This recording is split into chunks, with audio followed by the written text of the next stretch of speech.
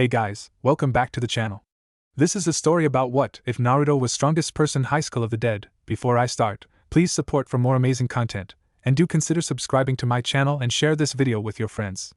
This is written by FanFiction 6669 and link in description and support writer. Let's start the video. I do not own Naruto or High School of the Dead. Enjoy.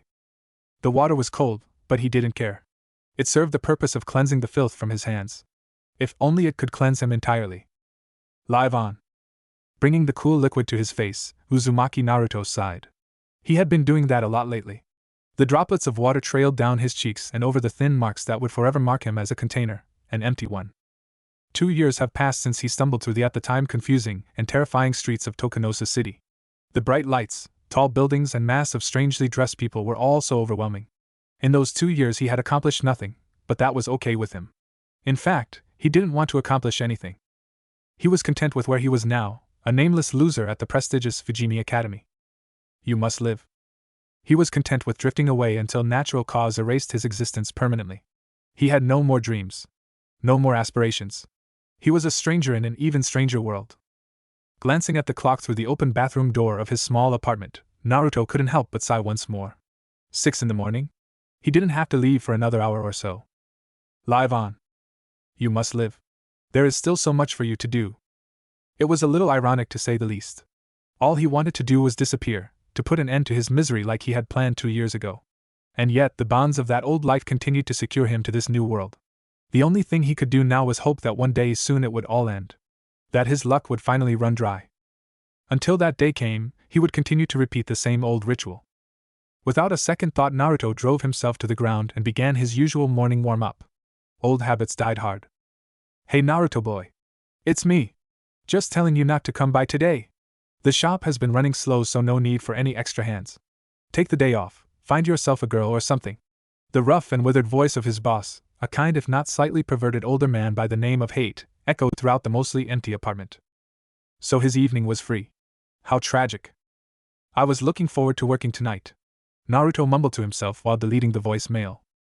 Glancing at the clock once more, the blonde fought back a groan, his lips pursing as he contemplated even bothering to show up to that dreadful place today. No more absences or you'll be expelled. The principal's warning echoed in his ears, and he decided against it. That old bastard would skin him if that happened. Against his will, Naruto made his way over to the small table in the very center of the room and grabbed his bag. It was finally time for the most gruesome part of that everyday ritual, school. There were plenty of reasons to dislike that place in particular above all else, but the biggest was probably the never-ending ignorance. For hours on end he was forced to sit in a room with people his age, people who would never see what he has seen, whose only worries were the opposite sex and a promising career. None of that mattered to him, and he really just could not find it in him to care, in spite of how hard he tried. At least this was his last year. Why are you still here? A voice taunted in his head. Why do you even bother? Naruto let out a tiny breath. He knew why. The favor he owed, a favor he didn't even want to owe in the first place, still stood, and regrettably enough, old habits really do die hard. With that in mind, he stepped out of the front door, not even bothering to lock his apartment. His neighbors already knew there was nothing of value to take anyways. Misuzu Saeko was what any man, and some women, would deem as outright gorgeous. An all-around perfect human being with a long bloodline of success. Kind, but stern when need be. Gentle, but fierce in her own way. And she wasn't just beauty either. Her brains were just as sharp as her skill with a blade, and she was good with a blade. She carried herself with the utmost confidence, and walked with an elegant grace about her, like one would expect of a princess. When she entered the room, all eyes would instinctively turn toward her. She was just that kind of person, one who oozed confidence and held the adoration of many. And how could she not? Captain of the champion kendo team, with the highest grades in her class, and to top it all off she was the head of the school's disciplinary committee. To the naked eye, Saeko was the very definition of a model student, and was seemingly deeply involved with the world around her. What a joke. What they saw her as, who they saw her as, that was not her. That wasn't the real Misuzu Saeko. Uzumaki, you're late. Again. Her light blue eyes turned to the slouched and rather rugged-looking blonde who had just entered the room not even a minute ago. Ah, sorry. I saw an old lady carrying her groceries and they looked heavy, so naturally I asked if she needed help. As it turns out, she was a ninja and was just using the bags as an excuse to steal my wallet. Long story short, I had to chase her down and get it back. The good news is I did get my wallet back. The class gave a collective groan at his response. It was funny the first few times, but after a year of the same old, everyone had grown rather tired of the lame excuses. Saeko, however, thought differently. People were so strange, they looked through a window all their lives but never bothered to stop and consider the story of each object inside. Instead, they chose to stare blankly at the contents within. He did this every day last year. It was almost like a ritual, really. And it seems this year will be no different. She mused, a small smile playing at her lips. How he managed to not fail simply due to tardies was beyond even her. The teacher furrowed his brow and gave a low sigh, apparently not as amused as the blonde next to him. You should take this more seriously, Uzumaki. Life is not a joke or a game, and what you do in here is a prime example of what you'll be doing out there. He scolded the blonde. Naruto cut a sharp glance his way. What I do out there won't matter, teach. There was a dimly lit grin on his features as he retorted. Just take your seat, you're disturbing class. As if he didn't already do that on a weekly basis. Naruto shrugged and stuffed his hands into his pockets, making his way to the empty seat in the back of the class next to the window, all the while ignoring the not-so-subtle harsh whispers. It was his favorite spot, she had come to notice. He would simply turn his head as soon as the lesson began and promptly ignore everything around him. At least that's what everyone assumed. Saeko saw it, however. The small, subtle twitch of his finger when someone coughed and broke the silence, or the tensing of his leg when someone entered unannounced, she saw it all. These were but small pieces to the puzzle that was Uzumaki Naruto, one of many that she had begun to collect since his sudden appearance at Fujimi Academy. As their teacher continued his lecture, her thoughts drifted back to a year ago, when her interest in the blonde took a turn toward borderline obsession. She knew it to be true and she had no shame in it. There were worse secrets she kept, after all. I know. Her smile was devilish, sinister, and held a confident gleam. It was growing late and the sun was already setting. You know what? Naruto asked, blinking as he stared who he knew to be as the most well-liked person in the school.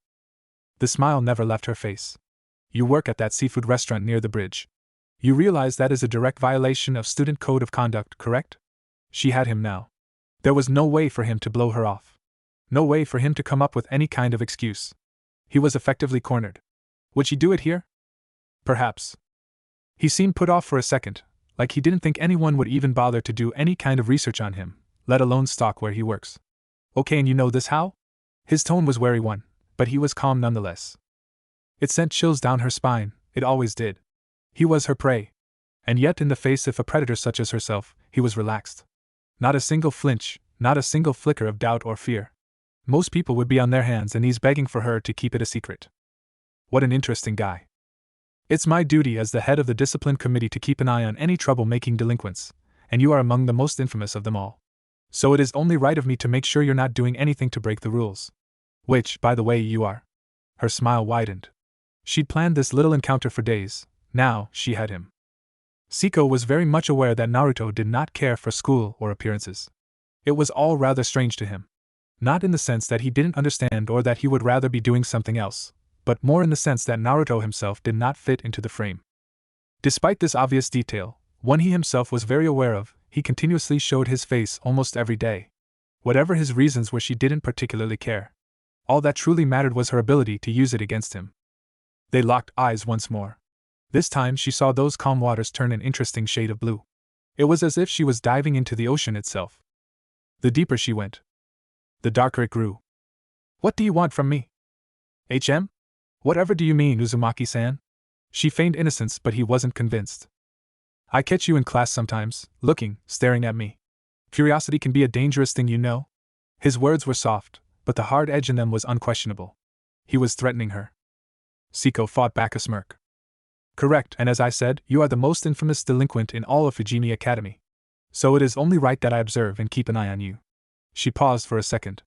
As for what I want from you, well, taking a step forward and closing the gap between them with ease.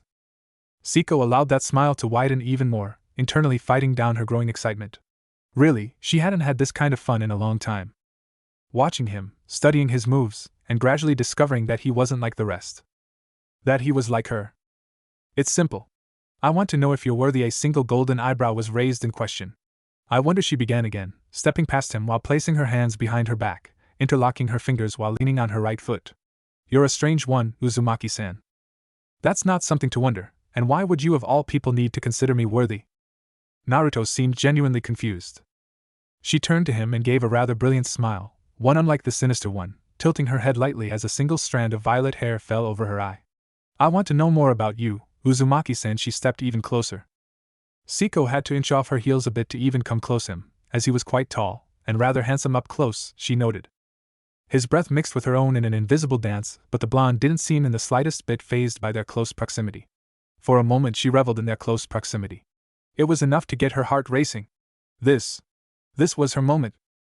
In less than a split second she acted, moving her arm with practiced form and ease, the object in her hand clutched tightly as it glimmered under the dimming rays of sun. It never made it past her waist. His hand was already there, locking her wrist tightly within an iron grip, exerting just enough pressure to stop her but not enough to hurt her. Saeko's breath hitched, and she repressed another shiver. Are you trying to assault me? His tone never changed, either did his demeanor. As the two locked eyes, a slight breeze swept through and lightly ruffled the grass around them. In that moment, a multitude of thoughts and feelings overcame her. He somehow knew. How wonderful! With this she was more than just satisfied, she was absolutely sure that he was the one. No. Just answering my own question, she said, while still looking into his eyes. Thank you, Uzumaki-san. I apologize for wasting your time. I promise you that your secret is safe with me. I give you my word. With a light tug she freed her hand and tucked the small knife away into her pocket. A final polite bow followed and she then made her way up the riverbank towards home. Saeko could hear his footsteps fading off into the distance as she walked. They were light and almost untraceable. She wouldn't even put it behind him to be able to mask his footsteps entirely. Another piece to add to the puzzle, she supposed. You are very interesting indeed, Uzumaki-san. The darkness within her had been stirred, but she fought against it.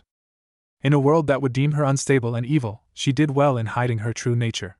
So it was only right that she would be able to spot someone like her, someone who hid among the ignorant masses of the world just as she did, someone who knew what it meant to truly be alive.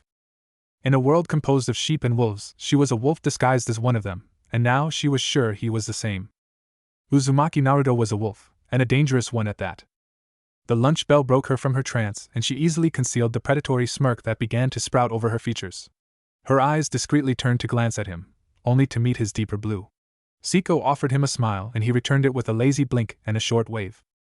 Of course, the rest of the students, now broken free from their own musings by the bell, noticed. And in response most sneered his way for even glancing at the Queen of Fujimi Academy. He easily ignored them and wordlessly stood and left the room, the class almost parting for him as he stepped through.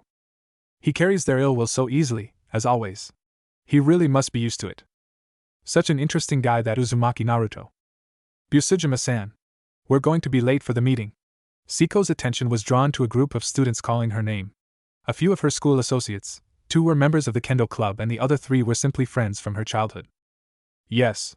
Sorry, I was lost in thought. Her delicate smile was back up, and the mild-mannered Saeko rose from her seat and gracefully made her way to them. A wolf in sheep's clothing, and she played her part very well. For the last time, leave me alone, please. Ah, Naruto-chan is so grumpy all the time. Naruto sighed and continued to stare out into nothing while trying his best to ignore the 2 girls next to him.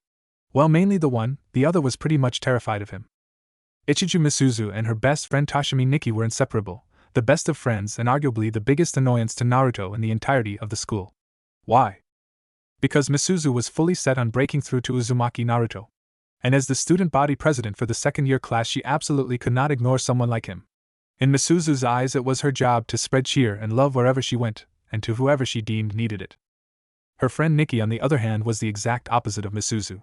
Where the dark-haired girl was bubbly and outgoing, Nikki was quiet and shy. The 2 were quite the strange pair in his opinion.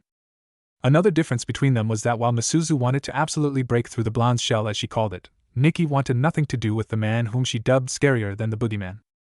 Still, she stuck by her friend regardless of her own feelings on the matter. I promise I'm going to make you crack a genuine smile one day. If not, I'll swallow 1,000 needles. She seemed ready to do just that as she beamed down at the unresponsive blonde. As Suzu-chan, Nikki whimpered, the image of her friend swallowing that many sharp objects, leaving her feeling a bit queasy. Naruto only groaned in response. If you're not going to leave me alone here, could you at least stop trying to follow me home? Pfft, like that even matters. You always seem to evade me and Nikki pretty easily. The girl squeaked at her mention and the casual indifference to stalking the pale blonde. You realize that is stalking, right? You might need therapy. He almost felt bad for the girl. No, you need therapy, and I'm the perfect counselor, Misuzu stated proudly, jutting her thumb over her heart as she spoke. Naruto finally turned his full attention to her, and inwardly fought back a groan. Out of all the people in the school who could honestly use her bubbly personality, she was wasting it on the wrong guy. What was he, a science project? I heard you were late for class, again, and on the first day, she exclaimed, popping her bottom next to him on the small bench. This is your last year here. Don't you want to leave a good impression as our senpai? She motioned to herself and Nikki, who did all she could to avoid eye contact with the blonde. Naruto only gave her a blank stare. No, he responded dryly. The girl pouted and dramatically slouched into the bench, cheeks puffed and red. Naruto-chan is never any fun. She looked about ready to throw a fit. And maybe we should just leave him alone, Suzu-chan? The quieter of the two nearly whispered. Naruto's eyes instantly turned to her and the girl grew red in a heartbeat. I agree. Nope, Misuzu exclaimed, her earlier bout of depression gone in a flash. We are Naruto-chan's only friends here and She was interrupted by Naruto abruptly standing and promptly walking off, dishing out a final wave to the two without looking back as he disappeared into the crowd of students and teachers. Misuzu pouted once more and huffed, crossing her arms over her chest in disappointment. Humph. He can be such a jerk sometimes. She continued to watch him go until he was gone from sight. Still, at least he waved goodbye. Despite her outward sigh, she was rather pleased. That was progress to her. Suzu-chan? I don't think Uzumaki-san wants to be friends. Nikki trailed off, her eyes moving to meet her best friends in wonder. Nonsense. He wants friends so badly he shuts everyone out because of it, the brunette responded.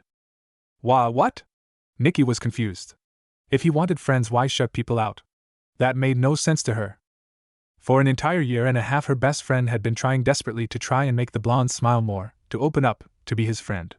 She had heard the rumors, just like everyone else. He appeared suddenly, almost randomly from how some of the teachers talked about it.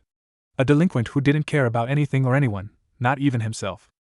He was dangerous, and Nikki really did not want her friend to get mixed up with him, but Misuzu was hard-headed and kind, far too kind for her own good if you asked her. You heard me. He wants friends so badly that he won't let himself make any. Nikki had a hard time believing that someone like Uzumaki Naruto could make any friends at all. Besides, I just can't get over that look of his.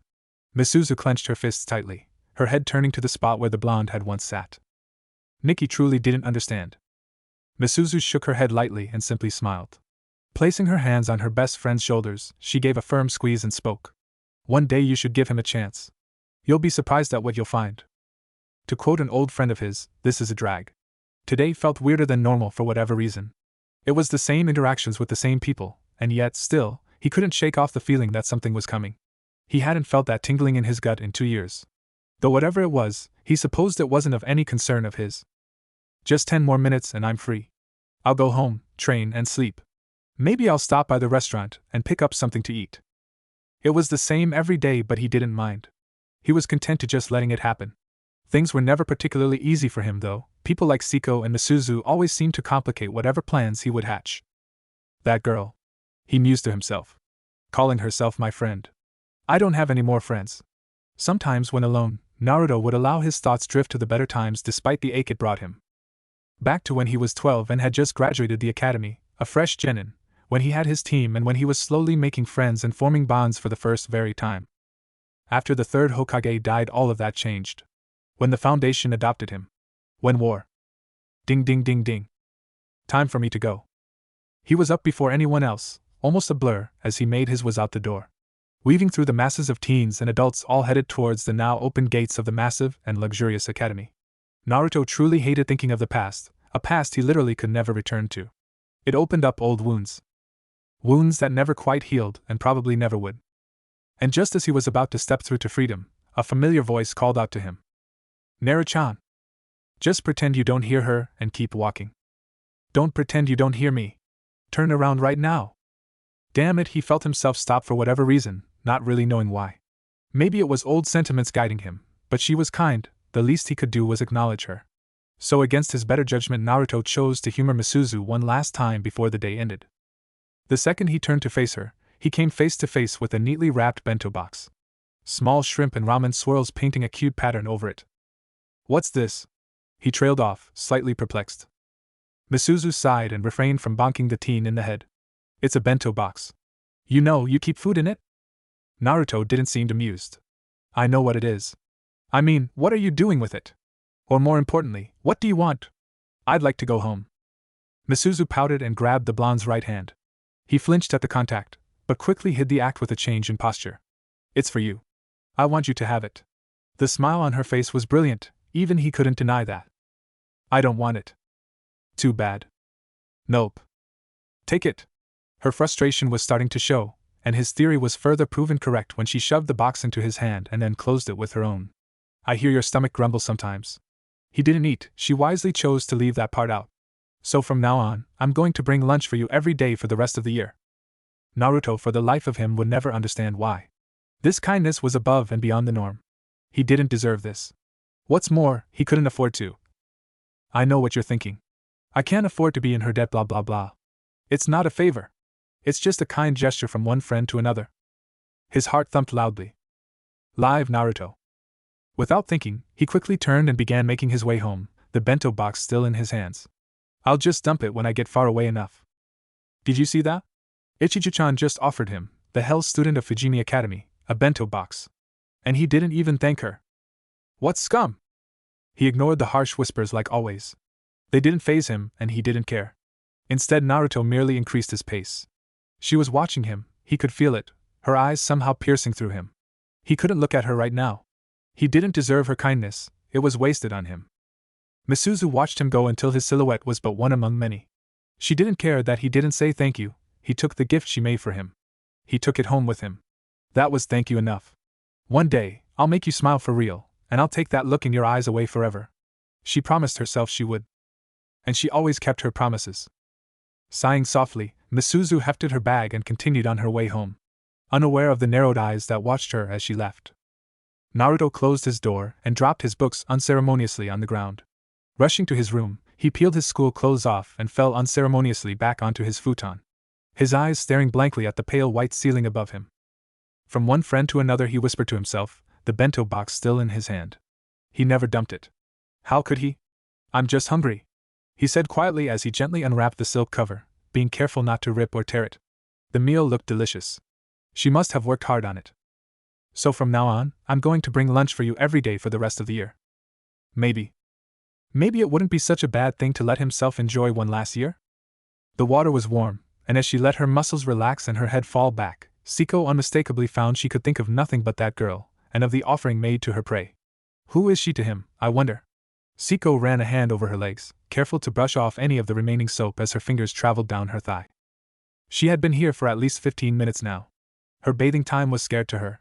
It was peaceful, quiet. How peculiar, by the look of things, Uzumaki Naruto did not know how to handle kindness. The girl didn't see his face, but she did. He was conflicted.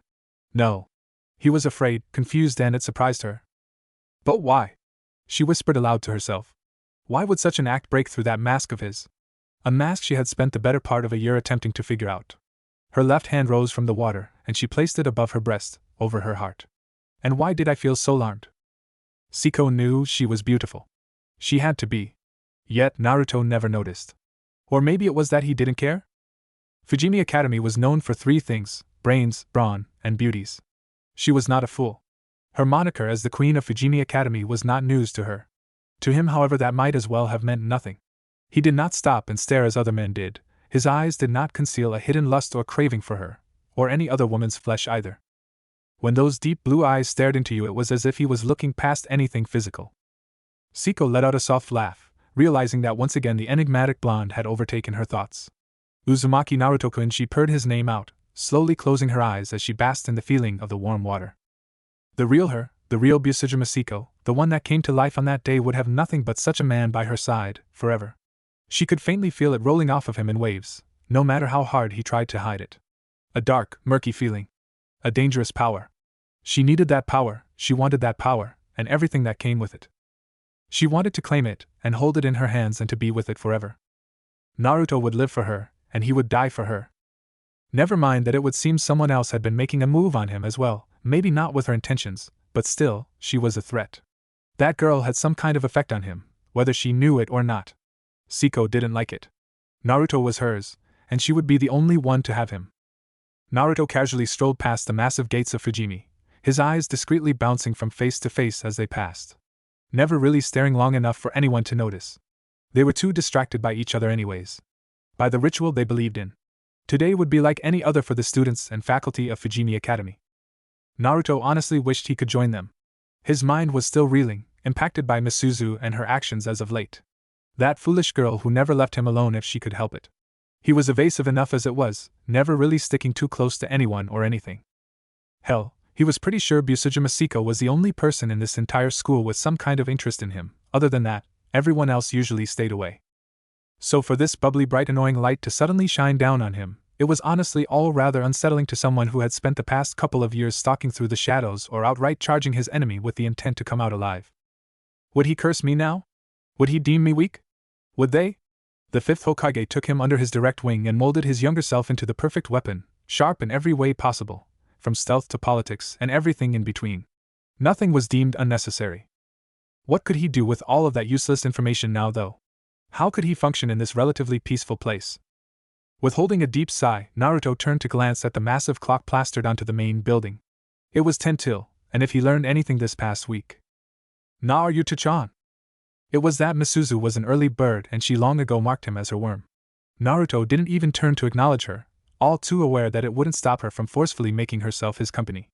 And he was instantly proven right as the girl was already quickly closing the distance between the two. Nikki was right behind her, as always being dragged along for the ride. He really almost felt sorry for the girl. She is loyal. Naruto could give her that much. It was obvious the girl was visibly uncomfortable from just being around him. Misuzu was next to him now, her bright smile wide and friendly showcasing her pearly whites. Hey Naruto-chan.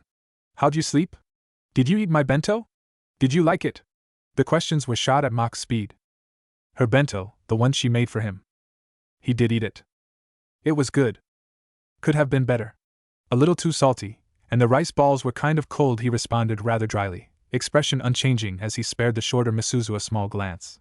Fighting down the urge to once again clonk the blonde in the head for his rude comments on her cooking, Misuzu huffed and crossed her arms over her chest. A habit he quickly picked up on. She only did it when she was genuinely upset. He honestly never liked making girls upset. But it wasn't all bad. Thank you for the meal? The last bit was almost a whisper and even surprised him a bit. He hadn't said thank you to anyone since the old man let him work at the restaurant after his arrival. He, however, was not the only one surprised. Misuzu and Nikki both shared a look, mouths slightly parted as they tried to comprehend exactly what just happened. Uzumaki Naruto, the #1 delinquent of Fujimi Academy, the man who barely even gave teachers a single minute of his time, had thanked them of all people. No one, not a single person, had ever even thought the blonde capable of any kindness. No one had even heard the blonde utter those words before. You no problem, Misuzu responded, tilting her head down a bit so her hair would hide her blush. She felt her heart pound within her chest and silently questioned the action for what felt like the third time this week. You said thank you, Nikki whispered, still dazed. Naruto resisted the urge to deadpan. The second bell snapped the two girls out of their stupefied and slightly embarrassed daze, replacing their shock with sudden realization. Damn it! We're gonna be late. Nikki gave a slight squeal as her best friend grabbed her by the arm and gave a small pull, dragging her along as she made her way for the doors of the main building. In an instant the two disappeared into the crowd, leaving behind the lone blonde teen. He watched them go, feeling a slight twitch of his lips as Misuzu's frantic cries echoed away in the distance. The crowd of students around him quickly thinned, until it was only him standing alone in the massive courtyard of the school. Lush tall trees surrounded him, beautiful decor was littered around in a cleverly orchestrated manner, from the wooden benches situated under the shady trees to the colorful cobblestone paths and the massive Victorian-styled fountain. It all tied together seamlessly. Still, he whispered to himself, glancing at the tall metal fencing and stone walls that surrounded the school, can't help but feel like this place is more of a cage. An expensive one. But then again, everything was a cage to him now. Might as well get to class. With a sigh, the teen slung his stuff over his shoulder and continued his rather casual stroll to class. Another beautiful day indeed. Hey! You there? Naruto paused at the unfamiliar cry. It was distinctly male and sounded a bit frantic, winded too. No doubt the person was either out of breath or extremely tired. Probably both. I should just ignore it. Misuzu's face instantly flashed in his mind. He couldn't help but cringe. He would regret this, he just knew it. Tilting his head back, Naruto caught sight of a rather short silhouette standing behind the school gates. The very much closed school gates. Narrowing his eyes to get a better view, the blonde saw it was a rather pudgy student. He was covered in sweat and was indeed heaving, his hands gripping the school gates tightly, and by how red his face was it looked like he'd been trying, and failing, to force them open for quite some time now. As he made his way over, Naruto started to get a better look at the student. His short dark hair was matted to his forehead and his glasses were foggy, obscuring almond-shaped brown eyes. The sweat-stained uniform clung to his pudgy form in a manner that did not suit him. The guy looked totally defeated. "You need help?" "Ah," the shorter male cried, letting go of the iron bars and stumbling back. How he managed to not notice him was actually rather impressive. "Holy crap, man. Don't scare me like that." Naruto resisted the urge to turn and leave the pudgy teen to his woes. "You realize you called out to me, right?" A small sigh followed his statement, all the while he wondered why he was even bothering. That girl must be getting to him. Did he really feel that in debt to her? It was only one lunch. No, it wasn't. He much rather preferred to be alone and be left alone. It was so much more. Was he that annoying when he was younger? God, he hoped not. He had enough regrets as it was. Naruto watched dimly as the teen gave a nervous chuckle in response, placing a hand behind his head and offering a weak grin. "I know. I'm sorry. I just saw you keep walking, so I figured you were gone. It's okay though." He began to shake his arms frantically, as if he'd said something insulting. "I am not mad or anything. I'm sorta used to it." For being one of the most well-respected and highest-ranked academies in Tokanosu, Fujimi was a rather crude and intolerant place. If you weren't blessed with good looks or a rather rich/important family, you were most likely a nobody here. Such was probably the case with this one. "What's your name?" The boy seemed stumped, lowering his arm as he quickly realized that they didn't even know each other. "Oh. My name is Hirano Kuda. Second year from Class 2A. Nice to meet you." Uzumaki Naruto. Kuda quickly did an excellent impression of a deer caught in headlights. "Uzumaki Naruto.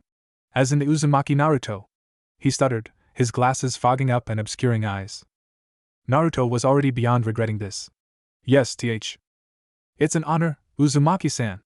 Kuda bowed deeply, almost completely forgetting the fact that he was at the least already 7 minutes late to class and still behind the locked gates. That was a first. "What? You are Uzumaki Naruto? Who, like myself and a select few others, is ostracized and neglected by the students and faculty. You are a legend within our circle, Uzumaki-san. You who have defied and ignored them. We, who are constantly humiliated and bullied every day, know of you. Unlike us, you do not shrink away or cower under their judging eyes. Oh man, wait until I tell the others I actually met you." His eyes twinkled dangerously, a wide and rather dangerous smirk growing over his features. While the now incredibly excited Kuda continued to dabble on, Naruto could only think one thing. What the hell just happened here? He blinked, actually speechless. "What are you talking about?" Kuda froze, blushing madly as he bowed once more, this time incredibly embarrassed. "I am sorry for that. You see, you're kind of a role model to some of the students. We get pushed around and taken advantage of almost every day here." His fists clenched tightly, and a deep scowl marked his features. We don't really do well with it, but you take it all head on. Their hurtful words and attempts at making a fool of you. We all wish we could handle it like you do." Forget surprise, Naruto was floored. Never in his right mind would he actually think that somewhere deep within the confines of student body of Fujimi Academy, someone, let alone an entire group, actually looked up to him.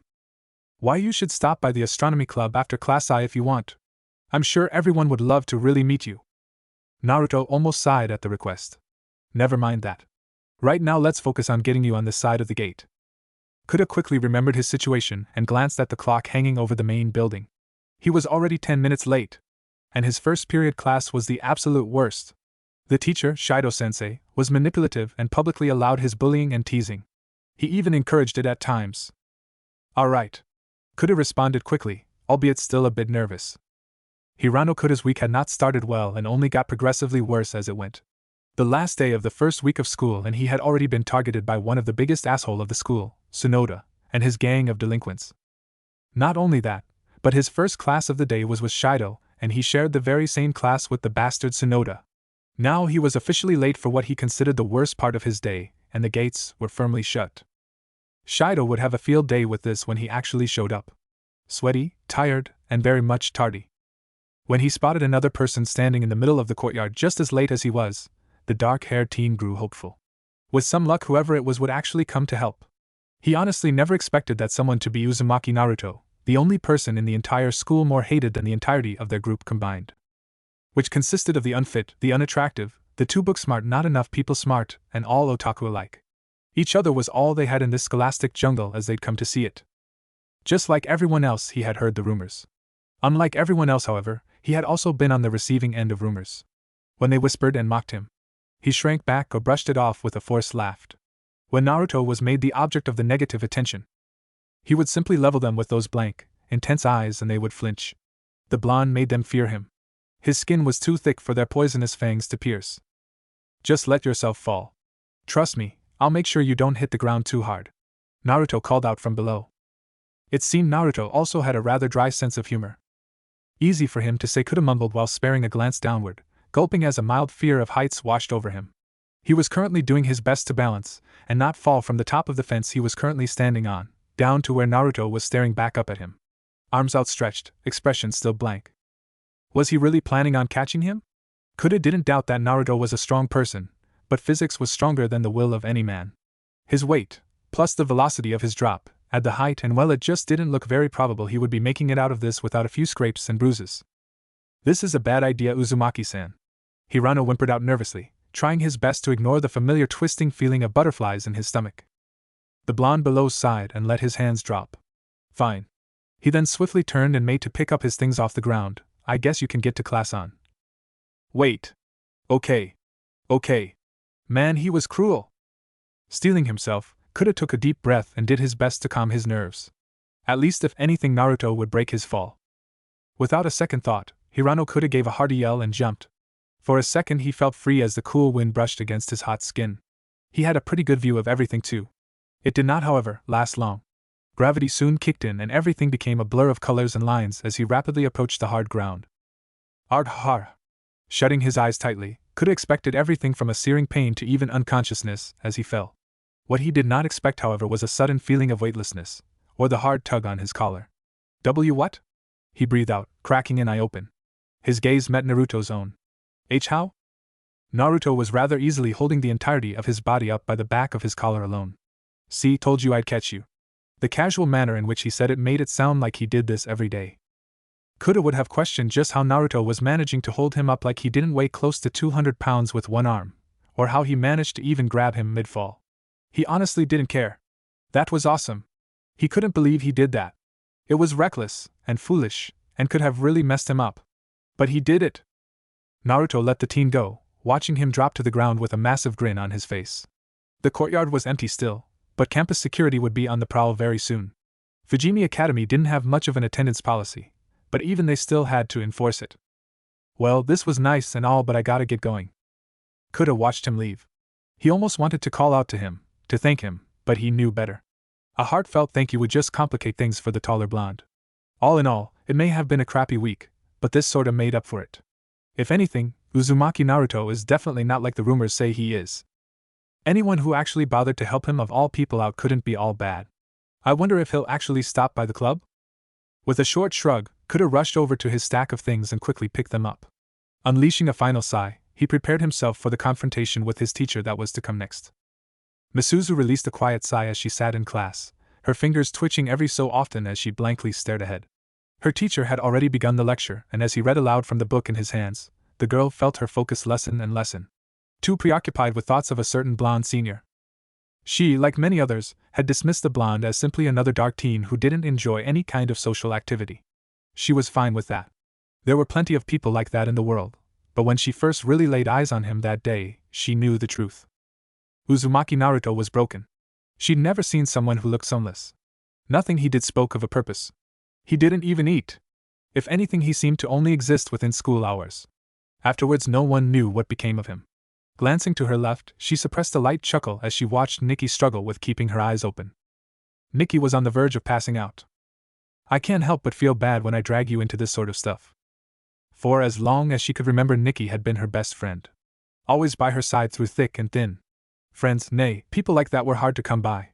Friends, the thing that he feared the most, and she just could not understand why. Why are you so inclined to be alone? A brief imagine of Naruto popped into her thoughts. His uncaring expression and lulled blank eyes. The way the color of his hair and eyes seemed to speak of something brighter, something happier. Something long gone. Her heart managed to once again pound in her chest. What the hell could have made you want to be alone? Misuzu hated being alone. She had been alone her entire life. Her parents were never home, always away, always at work. The only company she had growing up was Nikki. If it wasn't for the soft-spoken girl, she probably would have taken her own life. How Naruto reserved himself to that soul-crushing emptiness was beyond her. "Suzu-chan, are you okay?" Nikki whispered next to her, a concerned expression on her gentle features. Misuzu internally scolded herself for letting the past darken her mood. Giving a small thumbs up, she gave her friend a reassuring smile and nodded. That was just like Nikki, always concerned, always noticing. She knew Nikki didn't believe her, but her friend was surprisingly wise when it came to people, however much she tried to deny it, and instead of causing a scene she simply turned her attention back to the teacher. The look in her eyes, however, told her that this wasn't over. "Sometimes I wish the world could see just how beautiful you are, Nikki," the brunette mused, a small smile playing at her lips. There was an innocence to her that seemed so rare nowadays. She would die for her best friend, there was no doubt about that. Because Nikki took away her pain, and that was all the reason she needed. "You're late, Uzumaki." Naruto didn't even spare a glance as he calmly made his way over to his spot. Some glared, others didn't even make eye contact, ignoring his presence outright. All except one. Saeko's eyes locked with his the moment he entered the room. Her lips glistened in the warm sunlight and her eyes shimmered with hidden intent. She had been waiting for him. A smile worked its way on her face. His response, or lack of one, seemed to work fine with their teacher, who continued the lecture as if nothing happened, not even bothering to catch the blonde up on what he had missed. As he slid into his seat, Naruto fought back a groan. She watched him, a twinkle in her eyes, like she won something. So he would let the strange girl sit next to him for whatever godforsaken reason she had. He really didn't feel like causing an uproar today. "Hello, Uzumaki-san." She pushed a single strand of her silky hair back and offered a harmless smile. For a second, Naruto briefly pondered the fact that this was the same girl who not even 2 years ago pulled a knife on him, proclaiming that he was worthy, then proceeded to randomly show up to his job every week shortly after. It seemed that no matter where he went, it weird stuck to him like glue, sticky and annoying superglue. Sparing her a glance, he managed a slight nod and turned his attention back to staring at nothing. "Hopefully this isn't permanent." Saeko didn't seem bothered by the act. Instead, she leaned her head on her arm and proceeded to openly stare Naruto down. His brow twitched. How is this even allowed? "What are you doing?" Her smile widened when he spoke up. "What's been asked of me, Uzumaki-san? As the head of the discipline committee, I have been instructed by our teacher to make sure you pay the utmost attention in class." Did she plan this? Naruto stared her down. Her curiosity is dangerous, though. I wonder how would she react if she really knew what she was dealing with. Not that he would ever tell her, or anyone for that matter, his secrets would die with him. This world wasn't ready for that kind of knowledge. Hell, he wasn't ready for that kind of knowledge, but like everything else in his life, it was forced onto him. Sometimes, it still feels like a dream. He turned his sights away from the dark green chalkboard and to the massive city outside. Tall steel towers shimmering in the sun, bright lights flashing all about even in the light of day, cars moving like armies of ants in the distance. It was so different from what he knew, from what he was used to. But this was his world now. "You'll miss the lesson if you daydream. Or is it that perhaps you find me that breathtaking?" Her smile was still there. So polite, SP proper. The queen of Fujimi Academy, its pride and joy. "Sorry, I was lost in thought," he responded truthfully. "Ma, you're never any fun, Uzumaki-san." Whenever she talked to him, she never looked away, her eyes would always meet his. And that was strange. He had come to notice that Saeko never sustained eye contact with others, not for too long. Almost as if she deemed them unworthy of her full attention, or like they bored her. But when it came to him, it was different. She giggled softly. "Though, I suppose that's a part of your charm. If you don't mind me asking, made you so late today? I would like to know." Naruto blinked. Oh, he didn't make that joke today. Good old Kakashi, and Obito to an extent. "I drank spoiled milk and spent the morning on the toilet as a result." Saeko blinked, actually surprised he even bothered to respond. "Ma, I am glad to know you're all better now. Though, could it be the milk is still affecting you? You're awfully chatty. Could it be because of your girlfriend? I believe her name is Misuzu Ichiju-san? Seriously, why is she not being called out right now?" Naruto felt his eyebrows rise past his hairline. Just what was she playing at? Before he could say anything else, however, a small piece of chalk was thrown his way. He could have easily dodged it, but that would rouse unwanted attention. So it was with great joy that he let it smack him in the face. "Ah!" Naruto flinched as the rather hard object hit him square in the cheek. "Uzumaki! Control your hormones and stop chattering to Busujima-san. She, unlike yourself, will no doubt become a functioning and productive member of society." With a grunt, The blonde dismissed the snickering of the rest of the class and met his teacher's eyes. Right, sorry about that, teach. TCH, figures. Scowling, the teacher reached for another chalk stick and reopened the thick book in his left hand, resuming the lecture, and no one said a word, some even laughed. His words would be considered harsh by anyone else's standards, the unjust action unfair and clearly biased. He, however, was not anyone else. From bastard child to demon, he'd heard it all. The rest of the class period went by seamlessly, thankfully. He even skipped lunch just to steer away from any unnecessary confrontation. Unlike yesterday, however, as soon as the bell dismissed them, he was up and gone, making a beeline to the gates. Misuzu would take another 5 minutes or so to show. By the time she finished her after-school duties, he would be a quarter of the way home. Home. The word echoed within, bouncing back and forth inside the empty shell that was Uzumaki Naruto. His crummy apartment did nothing more than keep him sheltered and hidden from the world. Most utilities were taken care of by the tenant. His only job was to pay every month. It was perfect. If he so wished it, he could pack up and leave without a single bit of evidence being left behind. To everyone whom lived in the complex with him, he was just another ghost. Uzumaki-san. Naruto was snapped out of his musings by a now familiar baritone. As the chubby boy grew closer, the blonde cursed whatever deity watched over him for doing such a terrible job. Hirano. To what do I owe the pleasure? Kuda looked a bit startled. After all, the blonde didn't even turn to acknowledge him. Pausing to catch his breath, the teen gave a bright grin. I ran all the way here, gasp, as soon as I caught sight of you. You should work on your physical fitness. Naruto deadpanned. Kuda looked as if he was struck by a rock. Ma Uzumaki-san, you sure are cold. Anyway, I'm glad I caught you. Well, at least one of us is. See, I wanted to. Kuda's cheeks grew a slight red tint. Whether it was from embarrassment or exhaustion, Naruto couldn't tell. That is to say, I just thought that his confidence was waning. You wanted to ask me if I could stop by your club? Kuda beamed. Why, yes. No. What? Why not? Did he do something to offend him? Oh no. The others are gonna kill me if I screw this up. Hirano was very aware that he wasn't the best when it came to conveying ideas and feelings. The troubles of being a gun-obsessed, socially awkward loser, he supposed. I have something very important to take care of. Maybe some other time. Well, it wasn't a flat-out no. Kuda once again beamed. Okay. I understand, and I'll hold you to it. Have a good day, Uzumaki-san. The shorter of the two gave a bright grin followed by a small two-finger salute before making his way towards the west building, en route to the Astronomy Club's observatory. Naruto didn't even bother glancing back once. He just wanted to return to his apartment and call it a night. Oh ho ho. Naruto boy. Forgot to message you this morning. Restaurant's going to be slow again tonight. Your friend dropped by yesterday too, the pretty girl with the long hair and the huge. Naruto pressed a single button. Message deleted. The robotic voice said. So, Saeko stopped by his work again. That girl was just as troublesome as Misuzu.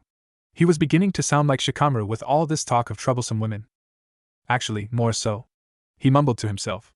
At least Misuzu didn't try to outright assault him, unless assault with overbearing kindness was a thing now. Peeling his school uniform off, Naruto found himself surprisingly tired as he dragged himself towards the futon. With all the days he'd been getting off, as of late he might as well have not been working at all. The rent's due in less than a week. I might have to do some extra work if I want to make it. With his specific skill set, he could have easily robbed a few small stores, but that didn't sit well with him. One of the few things Danzo could never beat out of him was that childlike honor he held onto so tightly growing up. He couldn't help but rub his hands, a nervous act, at the memory of the man. Danzo loved his emotional suppression techniques. Hopefully a nap would put him in a better mood. Misuzu fiddled with the bento box in hand. She didn't find him during lunch, and now after waiting almost 15 minutes by the gates for him, well, she was starting to lose hope. I think he already left, Suzu-chan. Her friend's soft-spoken words were not lost to her. Yeah, that came out a bit weaker than she wanted it to. Still, she was disappointed. Did he really not like my lunch? Shaking her head, Misuzu quickly straightened herself out. Ma, I guess there's nothing left to do but head home, she exclaimed. Nikki could practically taste the false enthusiasm. Her chest burned slightly. Misuzu only ever got like this because of him. That selfish, rude, uncaring Uzumaki Naruto. Why her best friend was so intent on involving herself with that delinquent truly was beyond her reasoning. Do you want to walk home together? I can help you make another bento for him tomorrow. Misuzu offered an apologetic smile. No. That's okay. I'll just meet you at yours later today. Nikki concealed a sigh, but nodded nonetheless. The two shared a short hug, and before Misuzu knew it, she was alone, watching her closest friend walk away towards home. 10 more minutes passed, and she was finally ready to go. Yet, for some reason, she didn't. 10 more minutes and her grip over her bento was tight, the plastic denting under her fingertips. Damn him, she cursed under her breath. Something in her chest began to hurt. This wasn't the first time he left her behind or avoided her presence, but lately she truly felt like he was opening up a bit more. It seemed she was maybe, just maybe, finally getting through to him. With a heavy sigh, Misuzu loosed her grip and shifted her bag over her shoulder while gathering her wits. The walk home wasn't long, but she always got lonely so easily. I'll just have to try again tomorrow. She nodded once to herself and began her trek home. Ichijo-san. Wait up. Misuzu froze mid-step. Hirano? Tilting her head back, she watched as the teen in question rushed to her side. In his arms seemed to be a stack of papers neatly stapled together. As soon as he caught up to her, Kuda let his hands fall onto his knees for support, as he greedily sucked in as much oxygen as possible. Oh man, Uzumaki-san is right. I should really start paying close attention to what I eat.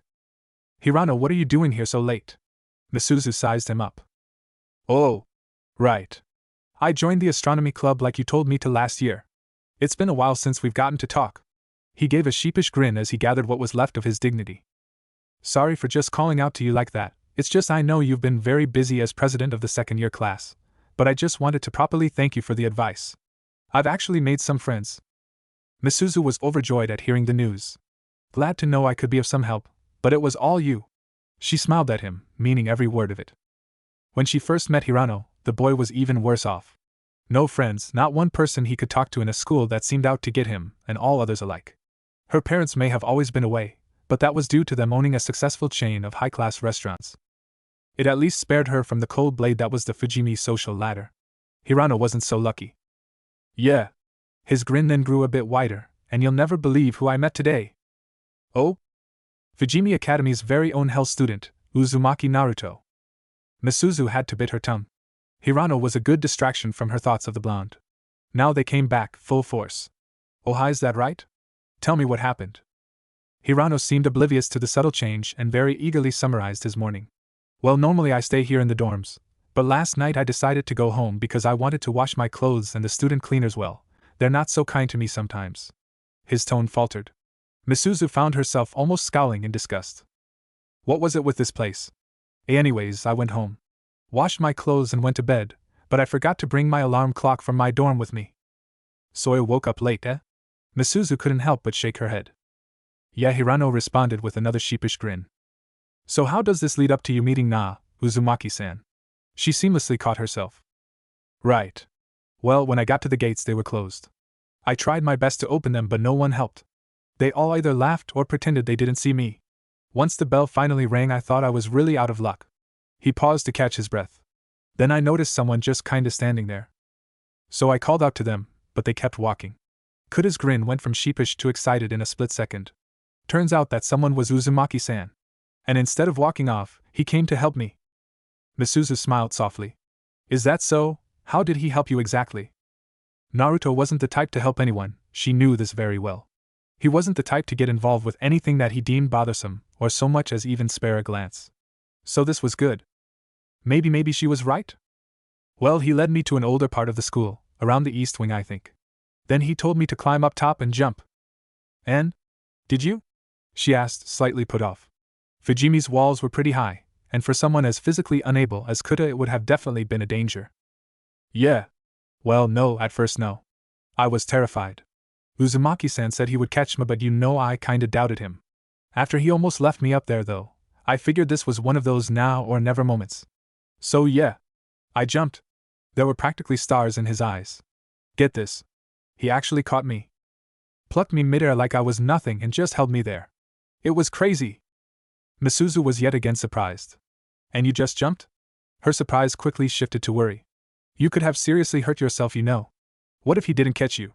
What did he even say to make you do something so stupid? Hirano shook his head at her scolding. That was just like Misuzu, always worried about others. That's the thing. No matter what you've heard, Ichijo-san, I can confirm that Uzumaki Naruto isn't as bad as everyone says he is. He paused once more to fix his glasses. Just let yourself fall. Trust me. I didn't know if I could, until I looked into his eyes. Complete and utter confidence in himself. He was going to catch me, no doubt about it, and I guess that sorta made me believe in myself too. Misuzu felt her heart begin to race once more. Without her knowing, a bright smile crossed her features. He sounds like a nice guy, Hirano-kun. Kuda nodded in agreement. Anyways, thank you again. I should be heading off. I've got to get my clothes and bring them back to the dorm before they shut the gates for good. Later, Ichijo-san. With a small wave, he too was gone, leaving her to muse on today's happenings. Misuzu sat there for a few more seconds, a tiny smile resting on over her lithe features, until she finally made her way home. That jerk, at least he said thank you. Chapter 2. Welcome to the Wind and Sails, home of the finest curry in all of Tokanosu. Please do make sure to enjoy yourselves. The tone was dull, dry, and lacked any real enthusiasm. So much so that the older couple had to refrain from taking a few steps back as cool ocean waters stared blankly ahead. Naruto boy, you scaring the customers again? Naruto suppressed a groan as a wrinkled old hand clapped his shoulder in a rather rough manner. The familiar scent of tobacco mixed with that old people smell wafted through his nostrils. If he were to be honest, the blonde would admit there was a sense of familiarity to it. It took him back. Growing up under his special circumstances was hard. Still, everyone valued their childhood in some shape or form. Many of his fondest memories as a child were of him and Sarutobi Hiruzen. The old leader would take him out for evening strolls and lunch, tell him stories, even tuck him into bed on special nights. To a younger Naruto, who never had a single person to love him, it meant everything. It made him feel special that the Hokage, the most important person in the leaf, would take time out of his busy day to see him, the most hated creature that resided within the village. No. If anything, you're scaring them. Naruto deadpanned. Hate seemed stricken, clutching his stained and dirty shirt tightly as if he'd been gravely injured. To apologize, valued customer. In a flash the man was face first into the ground. Forehead neatly pressed onto the cold floor as tears spilled from his eyes like two massive waterfalls. Please! All of a sudden, a bowl of hot curry was in his hands, steam flowing off in wispy tendrils. Feel free to indulge in a sample plate. It is the least I can do. That poor couple. All they wanted to do was have a nice night out together, grab some dinner, maybe even take a walk through the Tokanosu City Park. Between the stony blonde and eccentric old man who continued to mumble apologies, however, it seemed their nice night would be taking a much different turn. Oh, thank you? The woman nodded her head nervously and offered a weak smile as she took the steaming bowl. Hate's tears immediately stopped. Excellent. With a sudden burst of energy, Hate Kakuzu gave a wide grin that looked to belong on someone years younger. I'll have my handsome yet socially unaware bus show you to your table. Naruto easily refrained from smacking his boss. He was all too used to Kakuzu's strange ways. Instead, he simply gave a short nod and motioned for the two to follow. The Wind and Sails wasn't a huge place, a little bigger than Ichiraku if he had to compare, although it offered more than just ramen. Deep-fried dishes, noodles, pork were also on the menu. The pride of the restaurant, however, was its curry, of course. Hate took great pride in his cooking and even greater pride in his curry. Curry must be made with the burning passion that dwells within. A passion that never flickers or fades. That never withers. No matter the age, race, or gender. It teaches respect, independence. It will make you strong. Naruto idly let his hand flicker back and forth as he took the couple's order. I'll be back with your food. In the meantime, please relax and enjoy the view. Hate would always let him know, as if he didn't already know, just exactly how he came to choose the location for his restaurant. He would tell the blonde of his seemingly endless search for a perfect spot that would melt the soul and allow a sense of peace to overcome you, and he found it in this dainty little shack. It had everything Hate wanted. It was also the perfect place for Naruto to work, for many reasons. Small, quiet, away from the more crowded areas of the city. The only customers they really got were either tourists, mostly due to the offshore international airport, or older agent friends of Hate. As he made his way to the back, Naruto managed a small wave to his only other coworker, another teen who Hate had taken under his wing, so to speak. The boy was a year younger than Naruto, probably went to another school, and rarely spoke. Although he honestly appreciated that about his coworker. Strangely enough, the loudest person in the small restaurant was Hate himself. It was kind of sad, really. One would think they'd be annoying him to an early grave, not the other way around. Naruto boy. There you are. You just saw me. Never mind that. Your friend gonna stop by tonight again? A blush made its way onto his wrinkled cheeks. Hee hee. Yes sir, that girl sure know how to make an old man feel young again. The blonde easily ignored him. 2 stews and a side of vinegared cucumbers. Oh ho ho ho ho, how you managed to score such a hottie is beyond me. This man would be the death of whatever was left of him. Just make the meal so I can go home. With another hearty laugh, Hate slung an arm over the now visibly annoyed and uncomfortable blonde. You need to lighten up, boy. I tell you every time. Life must be lived. Naruto interrupted, I know. You tell me every day I come in. You call me to tell me. You leave voicemails. Hate shrugged. Someone has to tell you. Another groan suppressed. Why don't you ever bother the other guy like you bother me? Naruto asked. Momokun is just a quiet kid. You, on the other hand, are an emo. You need this. He then paused to scratch his unshaven chin. Did I use that right? Emo, Naruto finally caved, and with a small sigh nodded. He really just wanted to get home. Excellent. Why are you here? Go. We have customers. Don't kill him. Don't kill him. Don't kill him. Don't kill him. Don't kill him. Naruto lost track of how many times the mantra was repeated within his conscience as he made for the kitchen doors. Hate watched him go, still scratching his chin. It's been a little more than 2 years. Your anniversary is coming, Naruto boy. He was scared, confused. Hate watched it all and more flash through those piercing blue eyes. I don't want to hurt you. He almost looked like a cornered animal. Bloody, bruised, desperate. And those eyes, he never thought he'd see eyes like those on someone so young. There was an undeniable nothingness to them, along with that unmistakable hardened edge. Where a fire once burned now lay a smoldering pile of ashes. Estee blood leaked out of his mouth in a thin trail, smearing the tattered shirt that looked about ready to fall apart at the slightest movement. It wasn't the first stain of crimson on his person though. Which left Hate to wonder, just what the hell had this kid been through? Stay away. Hate could just barely understand the injured boy. Was he a foreigner?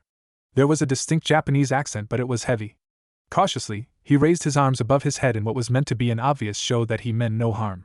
Surely the boy would understand that, and hopefully relax a bit. Unfortunately, he did not relax. The boy's quivering body tensed, and then he looked ready to fight for his life despite the fresh blood spilling from his open wounds. It was a good thing Hate had experience with these situations due to his younger days as a special assault team agent.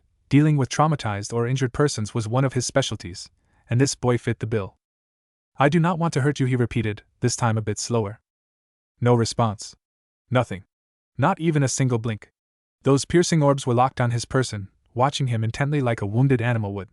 Hate could barely even tell if he was breathing or not. The blood continued to fall and time was running out. If he didn't get the boy some help soon, he would surely die.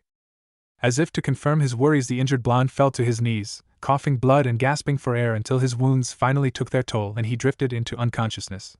Hate was beside him in a heartbeat, gently wrapping his worn and withered hands around the blood-stained blonde. He fought back a grimace at the feeling of the thick and sticky life liquid. It had been a long time since he'd seen this much blood. Calling upon whatever medical training he could remember, the old man quickly assessed the boy's wounds. Multiple puncture wounds, and there's a lot of internal bleeding. At least 6 of his ribs are bruised, maybe broken. Multiple impact points. Running his fingers down the blonde's exposed back, he was surprised to hear a weak moan. His spine is fractured, maybe broken? How did the blonde even manage to stand? Let alone speak? Focusing on the other injuries, Hate felt his brow knit in frustration. As he went on, it only seemed to get worse. Every point his fingers gently pressed or rubbed would elicit a pain-filled moan from the sleeping blonde. The bruises on his person were all black, not even purple. Hate didn't even think a regular human could sustain this amount of damage and survive as long. Rolling the unconscious boy onto his side to prevent choking, he quickly reached for his cell phone and dialed, already knowing exactly who to call. Something like this would bring up too many questions from the hospital. He would have to get in touch with an old friend. Nervously watching as a steady trail of blood continued to leak from the boy's mouth, Hate could only cross his fingers and hope the kid made it. When a voice on the other line finally spoke, the old man didn't even hesitate. Hello, it's me. Yeah, I need a favor. Hate watched him go, his dark chocolate eyes locked onto Naruto's retreating form. You walk so proudly, Naruto boy. There was a strength in Naruto that was undeniable to the trained eye. It was clear to him that behind those lifeless blue orbs used to be something spectacular. It was one of the reasons he offered the blonde a part-time job all those years back and helped settle him into Fujini Academy. He knew Naruto wished nothing more than to simply disappear. The motions of this life were all wrong to him. Hate, however, would not simply sit back and let the blonde fade away. No, if he could tie him down to something, to someone, then maybe, just maybe, that spectacular thing would return. Ah, what a sight that would be. Flipping the open sign to closed and stuffing the keys into his pocket, the old man began to whistle a light tune as he grabbed his bike and set off. He'd been so caught up in memory lane that he barely noticed the night dwindle away until it was time to close up shop for the day. That friend of his didn't show up today, but it was still early on into the week. She showed up rather randomly, but she always showed. He would just have to wait. Lately, she's begun to ask some more personal questions about Naruto boy. Hate mumbled to himself, can't help but wonder what that girl's thing with him is. As the cool wind brushed against him, Hate let out a small sigh.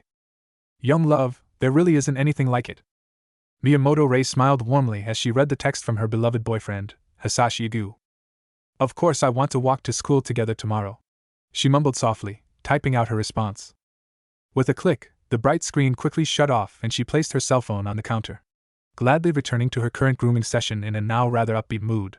A girl had to look her best after all, especially once they have someone to look their best for.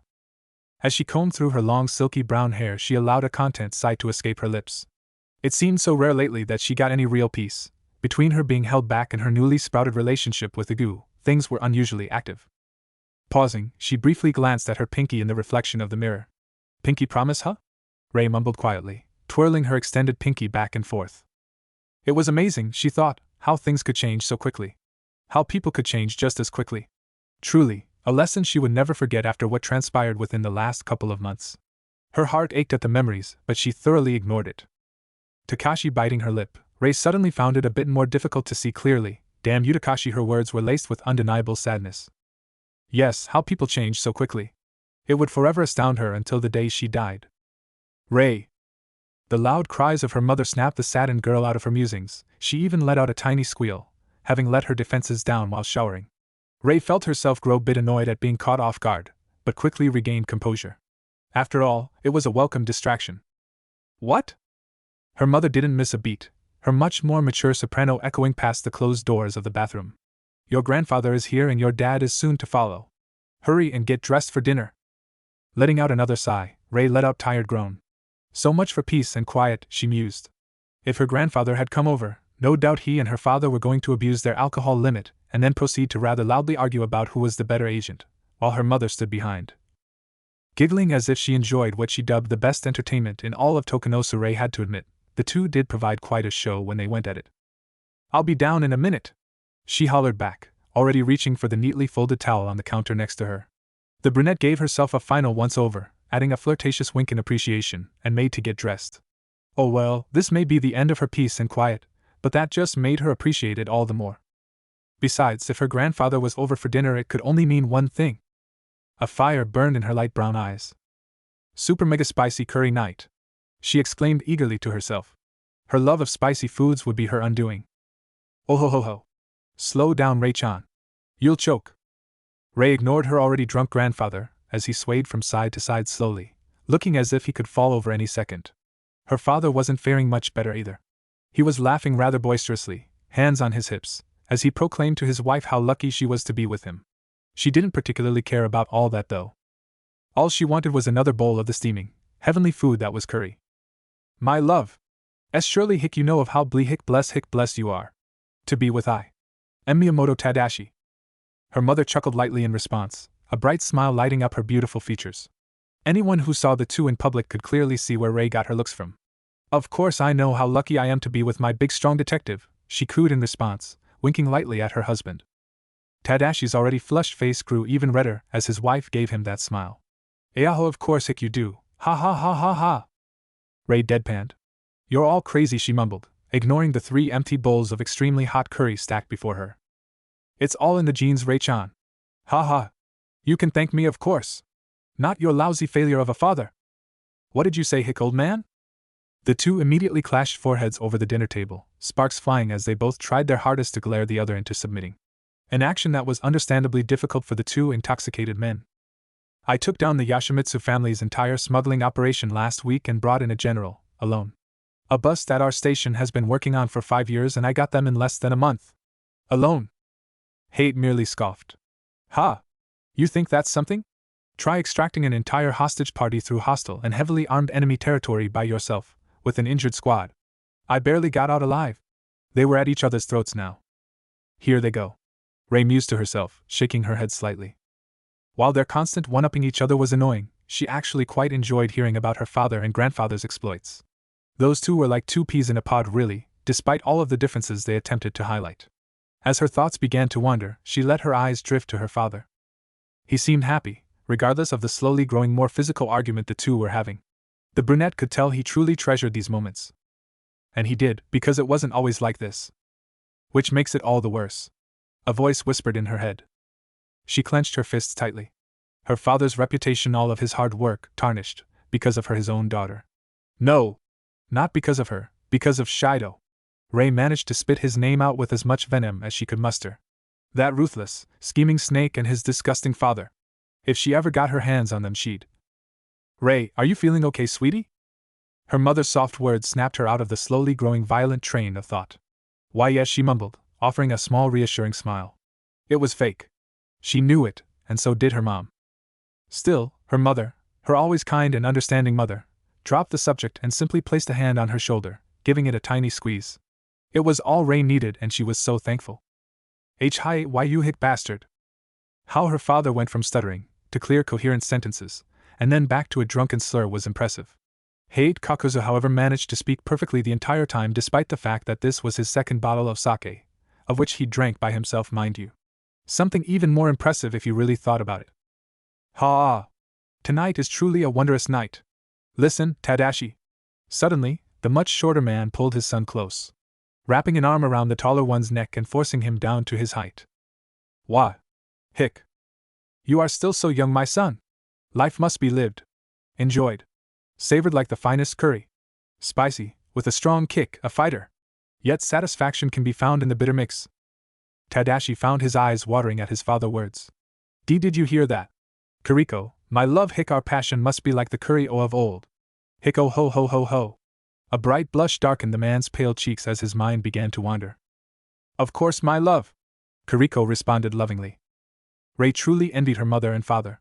A love like theirs was something so rare, so very pure, in that when they looked at each other, all they could see was each other. Maybe Igu and her could be like Theta, maybe. No! Inwardly she cursed herself. There was no way she would allow herself to linger on thoughts of him any longer.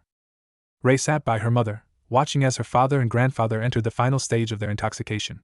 Tears were shed, and manly hugs were shared as the father and son embraced and proclaimed their love for each other. This was her favorite part. She could worry about all of the other stuff later. There was plenty of time. Right now, her family was what mattered. And so, the night came to a slow, but enjoyable end. Naruto resisted the urge to jump into moving traffic as the large gates of Fujimi slowly grew more and more visible with each step he took. It was early enough that the courtyard wasn't jammed with people. That was always a plus. He hadn't slept well last night, but then again, he hadn't slept well in a long time.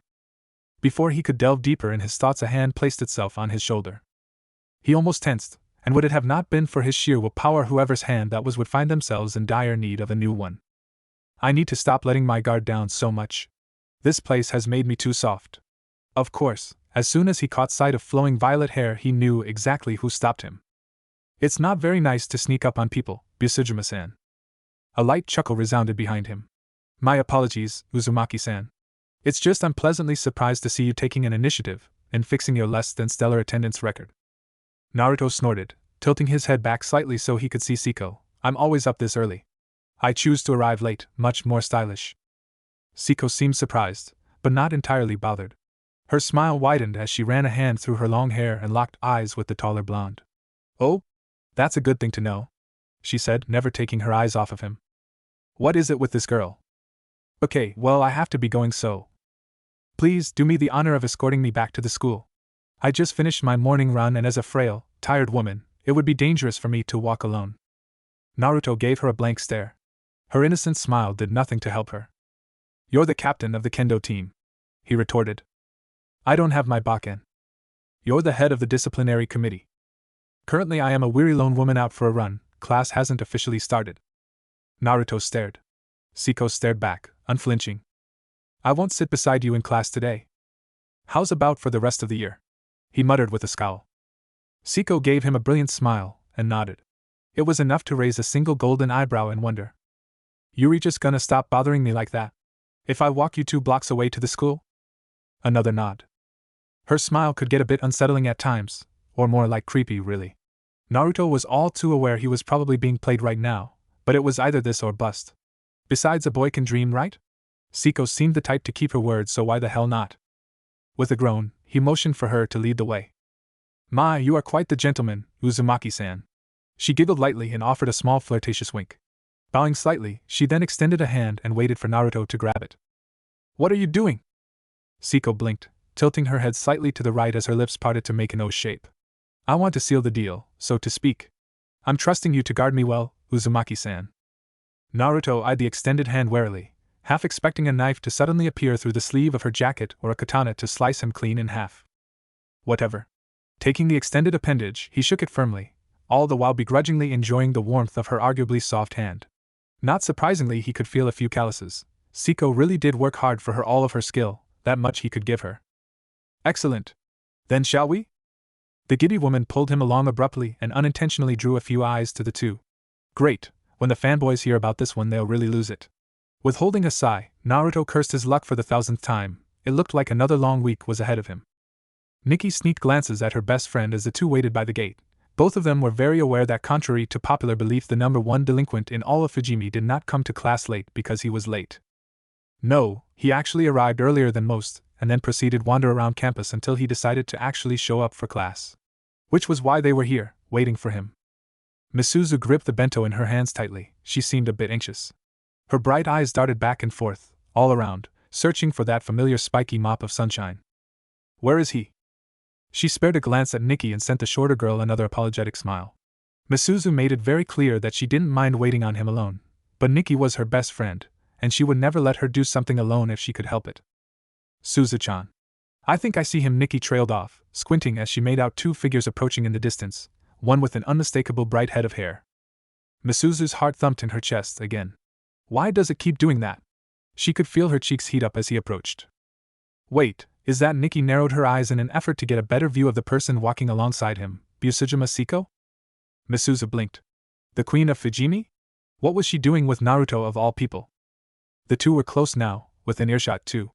All she had to do was call out to the blank-faced Uzumaki, and he would probably hear it. Yet she couldn't. Her eyes were locked onto Saeko. She had been exercising, a morning jog by the looks of it. Her long hair was pulled into a high ponytail, and the few streaks of sweat that seemed to glimmer off her body trailed down to the one-piece track suit that hugged her figure well. Too well, in her opinion. Uzumaki-san!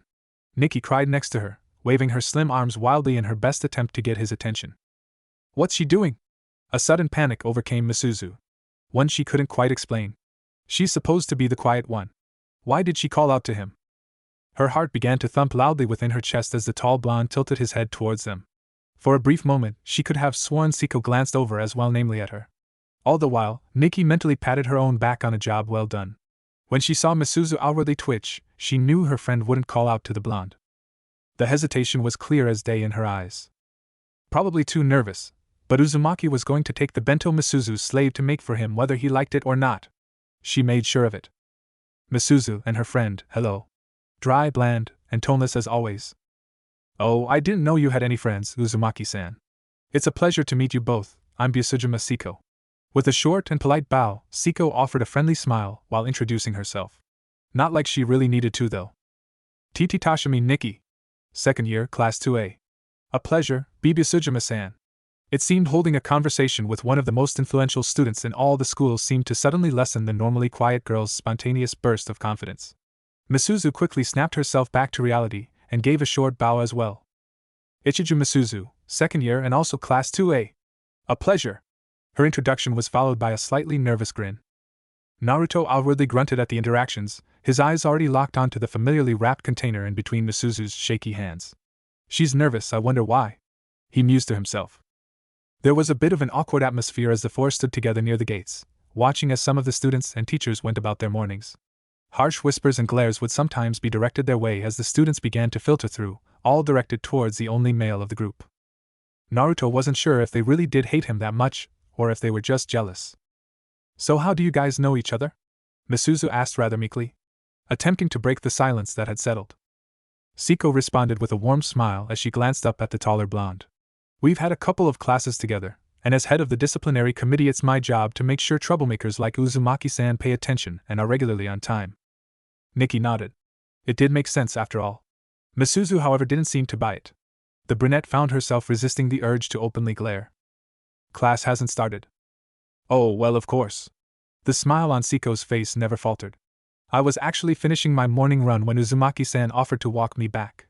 You see, He took pity on a poor defenseless woman like myself. Naruto resisted the urge to sweat drop at the girl's story. He turned his attention to Misuzu, only to find her already staring, or more like outright glaring bloody murder in his direction. There was an obvious scowl on her frail features and her arms were crossed. That doesn't sound like Naruto, she murmured. Oh my, such familiarity. Saeko feigned curiosity. Are you two perhaps dating? She placed a hand onto her chin and looked to be deep in thought. DD dating? Misuzu exclaimed with a high-pitched squeak, one that surprised even her. Why would I ever consider dating him? She pointed a finger at the stoic blonde. He looks like a lame carbon copy manga delinquent. And those blank, fish eyes of his are a total turn-off. Nikki snorted at the insult, finding it very appropriate since Naruto did usually sport a blank dead fish type of look.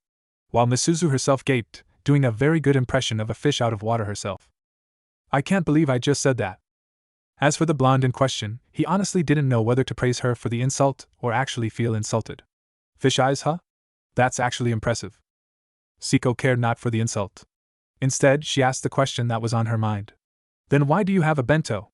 I'm aware that Toshimi-san and yourself buy lunch.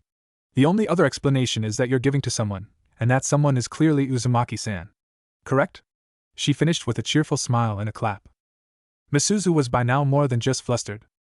AOL, no, yes, it's never mind. Picking up from where she left off, she was all but trapped now. Yes, she's giving it to Uzumaki-san. She feels that these acts of kindness will help to break him out of his shell. Nikki did an excellent job of summarizing. Nikki, no! Misuzu exclaimed mentally. What happened to the normally shy and reserved girl she knew and loved? Her friend wasn't wrong. Initially that's how it started, but lately she began to really want to make a good lunch for him. Misuzu found herself quietly smiling as she envisioned Naruto enjoying her meals. She was making those lunches to cheer me up. Naruto wasn't angry at her. In fact, he was a bit touched. Anyone would be really, however, it was all for naught. He wasn't some outwardly tough guy who was actually really a sweetheart all along and just needed the right kind of push. No. He had been molded by a crazed man into the perfect tool for the purpose of utterly annihilating his enemies. His hands were permanently stained with blood. There was no helping him. And he was only one of many, but like Danzo always said, he was a sword whose edge was a bit sharper than most, and thanks to that he survived. Survived for what though? For this? He mused. He was a relic of a world no one even knew existed. Well, if that's the case, then allow me to help as well. Would you like that, Uzumaki-san? Saeko turned her fellow third year. I'll even wear an apron for you. As long as it motivates you to focus on your studies. Naruto would have choked had he been anyone else, but he wasn't. Leveling the shorter girl with the same blank expression, he simply nodded. Sure. Sounds nice. Misuzu fumed. She didn't even want to know if he was joking or not. Saeko chuckled once again, the sound was almost angelic. Very well, Uzumaki-san, I'll keep that in mind.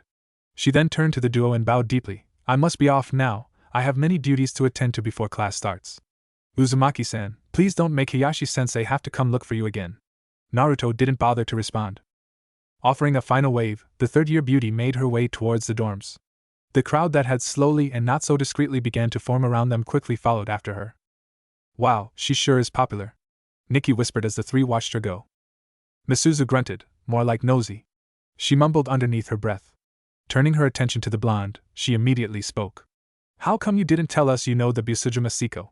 The scowl firmly situated over her features told all that was needed to know. Naruto shrugged. Honestly, I don't know her as well as you'd think. At least not personally. She seems to have taken a weird interest in me though. Misuzu's scowl deepened. What's so special about you that would make Busujima Saeko take notice, Honestly, she knew she should stop, but the fiery feeling in her chest wouldn't let her. Don't know, you tell me. Saeko and yourself are the only people in this school that won't seem to leave me alone, Naruto stated rather dryly. The fire in her chest grew even hotter. Oh yeah? She was angry now, anyone could tell. Suzu-chan, I don't think he. No. If you want to be alone so bad, fine. She shoved the bento box into his hands. Be alone. She then stormed off, leaving behind a rather stupefied blonde. Nikki watched her friend with worry clearly evident in her eyes. What did I say? She heard him mumble. The soft-spoken girl couldn't take it any longer. What did you say? She practically snapped at him. That's not the problem. It's what you don't say. All I hear from Misuzu every time I ask why she even bothers with you is he's lonely, and he needs a friend or just give him a chance, he's not a bad guy. Wrong. You don't deserve a chance, or a second chance, or even a third. You're just a mean, bitter jerk. She was panting by the end of it. They had attracted a small crowd of onlookers by now. So? Nikki's eyes widened in disbelief. So? Is that all, yo? She lifted her head so as to glare defiantly at him, but as soon as she locked eyes with those now frozen orbs, she immediately regretted the decision. I want you to understand something, Tashimi-san. His words were like hot ice, and the poor girl couldn't help but flinch. I never once asked for any pity or concern from anyone. All I require is peace and quiet. I am thankful for the meals and kindness, but that's all. Tell your friend that whatever she's trying to do here is pointless. Without sparing a second glance, he walked right past her. TCH, I knew today would be a pain. And he was proven correct in his assumption. He hated being right. Hello, Uzumaki-san. Saeko was not a woman of her word, because even though she said she would, there she was, sitting in the desk directly to his left. You lied. On the contrary, as soon as I came in, I sat in my original desk. Our teacher, however, would have nothing of the sort, and demanded that I keep an eye on you. Her story was foolproof. She was, as always, incredibly clever. Fighting back the growing headache, Naruto simply chose not to respond and instead focus on the lesson for once, or at least pretend to. It would have been a lot easier, of course, if a certain pair of blue eyes weren't constantly watching his every move with a growing intensity. It took a whole minute for him to finally break. That's disturbing my focus, you know, he whispered to her while keeping his eyes on the teacher. Saeko smiled. Forgive me, but I must do this. He opted to ignore her again. So, were you serious about letting me cook for you in an apron? Naruto watched as one of the guys that sat 2 seats in front of him suddenly pounded on his chest, seemingly choking. He fought back a smirk. Maybe I could have some fun with this, only if that apron is all you're wearing. He responded smoothly. These types of conversations were nothing to him. Danzo made sure that he would never fall for any seduction attempts by enemy Kunoichi. Not that he cared much about women at the time anyways. Another cry, this one was a bit louder than the last, which resulted in that particular student getting verbally called out. Oh my, Uzumaki-san, how bold, but what about poor Misuzu-chan? This time, he did look at her. I don't think she'll be talking to me anytime soon. She seemed surprised. Oh, how unfortunate. I won't pry. Naruto eyed her for a moment longer before deeming her smile a bit too much and turned his attention back to the lecture. Normally he wouldn't care, but it was better than hearing Uzumaki-san, please focus every 5 minutes. He never noticed the predatory smile on Saeko's face as he turned away. Why did she do that? For the life of her, she couldn't understand. Naruto didn't do anything but seeing him walking with Saeko, seeing her speak to him with such a casual familiarity, it bothered her.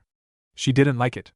Now here she was again, sitting in class, with a worried Nikki stealing glances her way every few minutes, while her mind was preoccupied with thoughts of Uzumaki Naruto again. How could she let her emotions get the best of her like that? Misuzu let herself slowly sink into her chair. Damn it, Naruto of all the people, why did it have to be him? Next to her, Nikki observed her friend closely from the corner of her eyes. She seemed frustrated, the way her brows knit together, and she continued to lightly tap her foot told her all she needed to know. Nikki herself was a bit shaken up from this morning still. Those cold blue eyes drilled into her very soul, freezing her in place and filled her with dread. Someone actually had to shake her out of her stupor after the blonde was long gone. Nikki hoped she would never have to see those eyes again. The timid girl just couldn't see where exactly in those frozen tundras was the loneliness Misuzu saw so clearly. All she saw was emptiness. It frightened her. She had never met anyone, young or old, with eyes like those. Well, at least she finally spoke her mind. He needed to hear that from someone, or else Misuzu would eventually go crazy. Naruto wasn't to blame though. He was right. It's not as if he asked for her friend's kindness, or made them feel bad for it. If anything, it was forced onto him. The only thing he had done is what he's always done. Maintain a distance. Fighting down a sigh, Nikki couldn't help but wonder why of all people Misuzu had to choose him. Takashi hated this class. Scratch that, he didn't just hate it, despise it. You'd think they had enough sense to not make it so obvious in the middle of a lesson. Yet there they were, smiling at each other, giggling under their breaths. It filled him with an equal dose of hatred and jealousy. That should be him making her smile, not Igu. So much for best friends. Funny how people change so quickly, he muttered to himself. A part of him really was glad to see them happy though. Igu did used to be his best friend, and Ray was everything to him. Idly, he glanced down at his pinky. If you break it, I'll make you swallow 1,000 needles. Those were the terms they'd agreed upon all those years ago. Apparently, his lack of focus was blatantly obvious. Komura-san, would you care to explain to the class why your hand is more interesting than my lecture? His teacher caught on to his daydreaming immediately, and had no qualms with calling him out. Takashi could name a dozen things off the top of his head that were more interesting than his lecture. Drowning for one. He wisely chose to keep that to himself. When he didn't respond, their sensei fixed his glasses and scowled deeply. As I thought, please pay attention, Komuro-san. He hated that prick. Igu spared a him glance and offered an apologetic smile. For all of his talents and popularity, his ex-best friend was always a bit slow at picking up people's vibes. If he would easily detect Takashi's feelings and know to not talk, or even look his way. Even so, Takashi responded with a subtle wave and a playful smirk. She didn't even glance his way though. Damn, this year's already getting to be a real train wreck. Internally sighing, the second-year student opted to resting his cheek onto his closed fist while letting his thoughts wander. He'd been getting a crappy amount of sleep as of late. His grades were dropping already due to him either skipping, or just not caring, and why should he? The only person he ever had eyes for was now in the arms of another. She was all the motivation Takashi had. Now she was gone. I wonder what you were thinking, Ray. Why did you choose him? And then there was that. The constant self-questioning and doubting of his every action. Maybe Saya is right? He mused to himself. Maybe I should just forget about it and move on. That was easier said than done. The pulse of almost physical pain that echoed through his heart whenever he thought about made it really difficult to forget. How could you even forget the one person you swore yourself to? The person you love? It just didn't happen. Saya was smart, incredibly so, but smarts was all she knew. Her ability to understand and interact with others was a bit underdeveloped because of her intelligence, at least according to her. So how could Takashi even expect to take any advice on matters of the heart that she gave him seriously? If she herself admitted people weren't her best subject. Glancing at the clock, the dark-haired teen let his eyes droop when he noticed only 15 minutes had passed since class began. He still had another 2 hours until lunch. Another familiar giggle assaulted his hearing. Why didn't their sensei call those two out? This is gonna be a long day. Boy, was he right. 2 hours later and Takashi couldn't help but wonder what was going on with his life. Here he was, sitting alone on the East Wing's roof eating lunch. If the teachers, or worse, Hayashi-sensei caught him up here, he would surely be suspended for at least 3 days. Maybe more. Mom would kill me if that happened. He chuckled darkly at his own joke. Death was starting to sound like an easier alternative. If all went well, in less than 6 months he would be a third-year student. After that, what happens? Graduation? He gets a job? Then what? It was all so predictable and boring in his opinion. Even if he decided to continue his education, there were no guarantees he would enter the same school as Ray. Unlike him, she was practically a genius. Another reason as to why she got held back made absolutely no sense. Anyone that actually knew Ray could vouch for the fact that she was a total bookworm. Not like Saya, who was naturally blessed. No, Ray studied day in and day out. Her grades meant a lot to her. So why did she just accept it? Why didn't she fight back? It would continue to bother him until he found an answer. That's your problem, always so indecisive. Her words stung that day. Even now they shifted around in his mind, mocking him ever so subtly. TCH, figures I'd find you moping around up here. Dark onyx eyes lazily followed the sound to the source. A shorter girl with long, bright pink hair and a deep scowl marking her flawless features stood impatiently by the door, tapping her foot on the ground with her arms crossed over her chest. Speak of the devil, Takashi murmured. What was that? Saya asked loudly, a small vein pulsing on her forehead. Nothing. What do you want, Takagi-san? The fourth and final of their small childhood posse, Takagi Saya, the prodigy of Fujimi Academy, finally decided to make her presence known. Takashi, Rei Igu, and Saya had all met in middle school.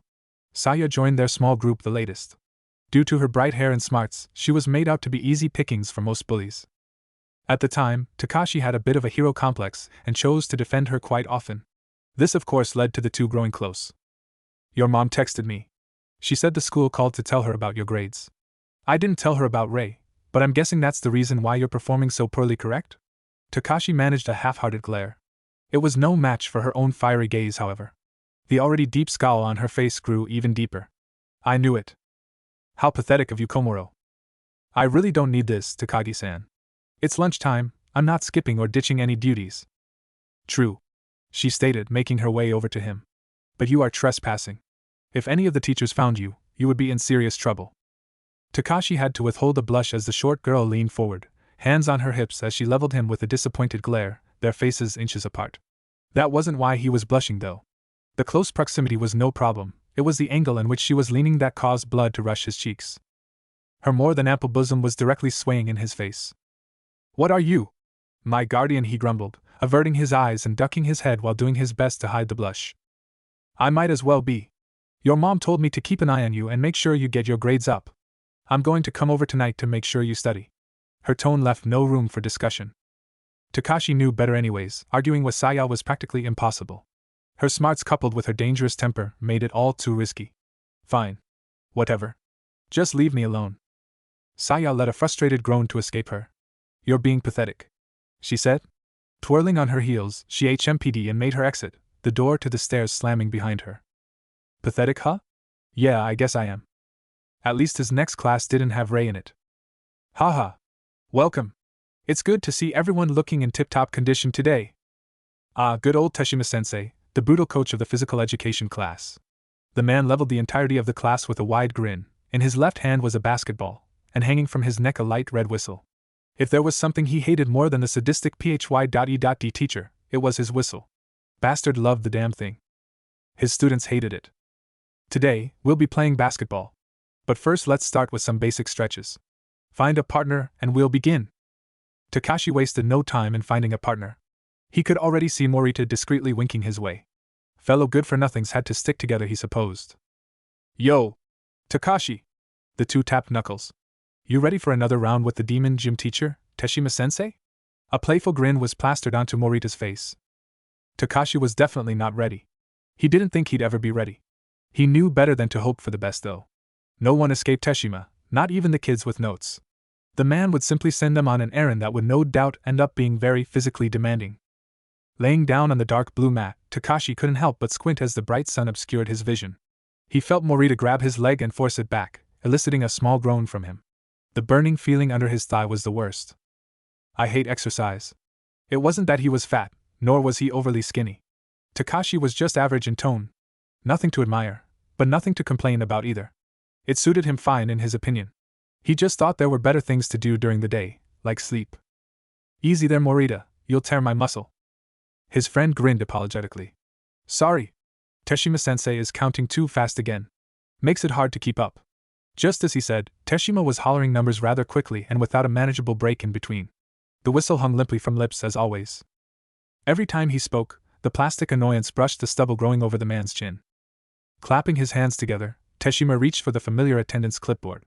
His beady brown eyes scanned the paper, and every so often he would glance up to make sure someone was actually present. "All right. It looks like everyone's here.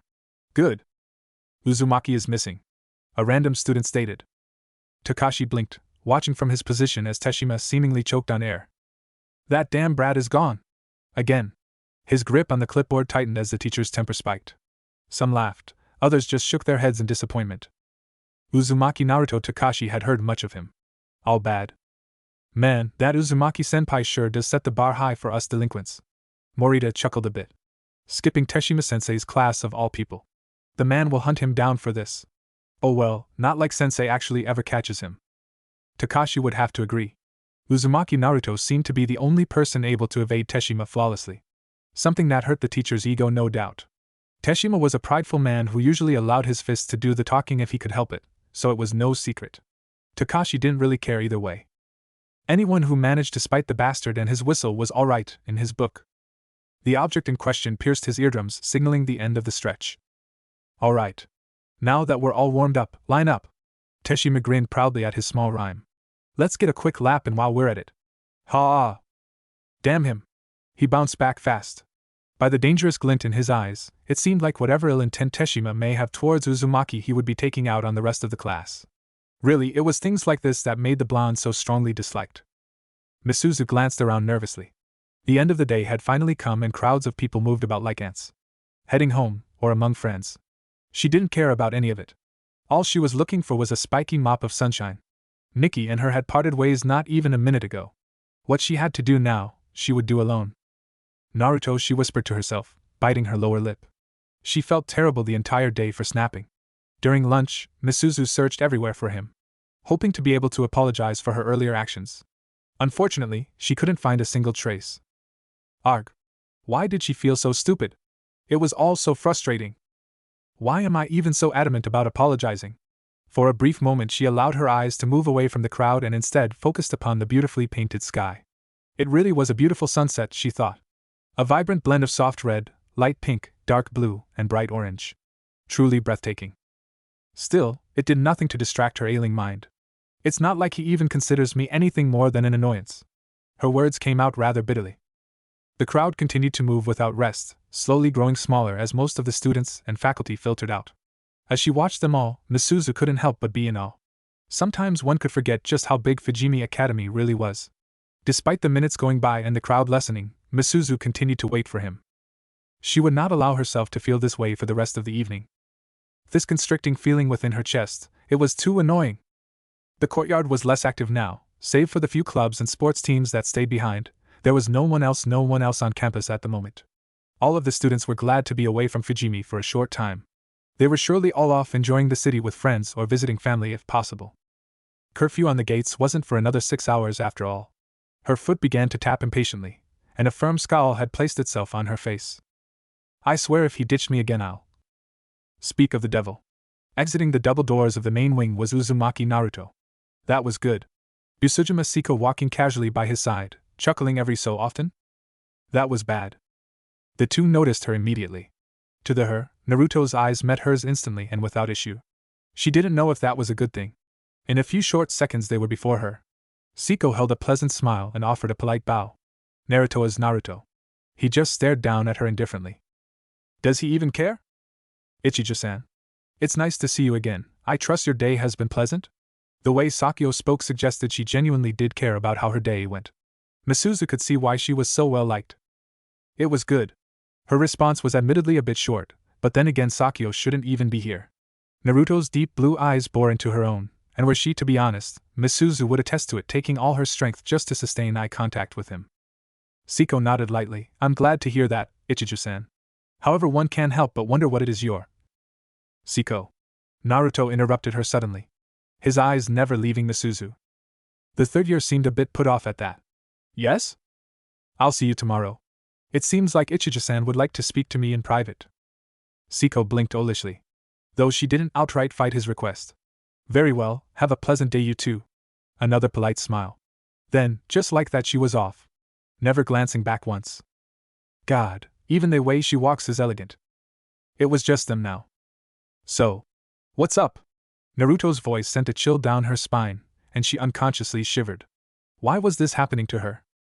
I just wanted to cough, I wanted to had as a blush made its way onto her face. She was really making a fool of herself now.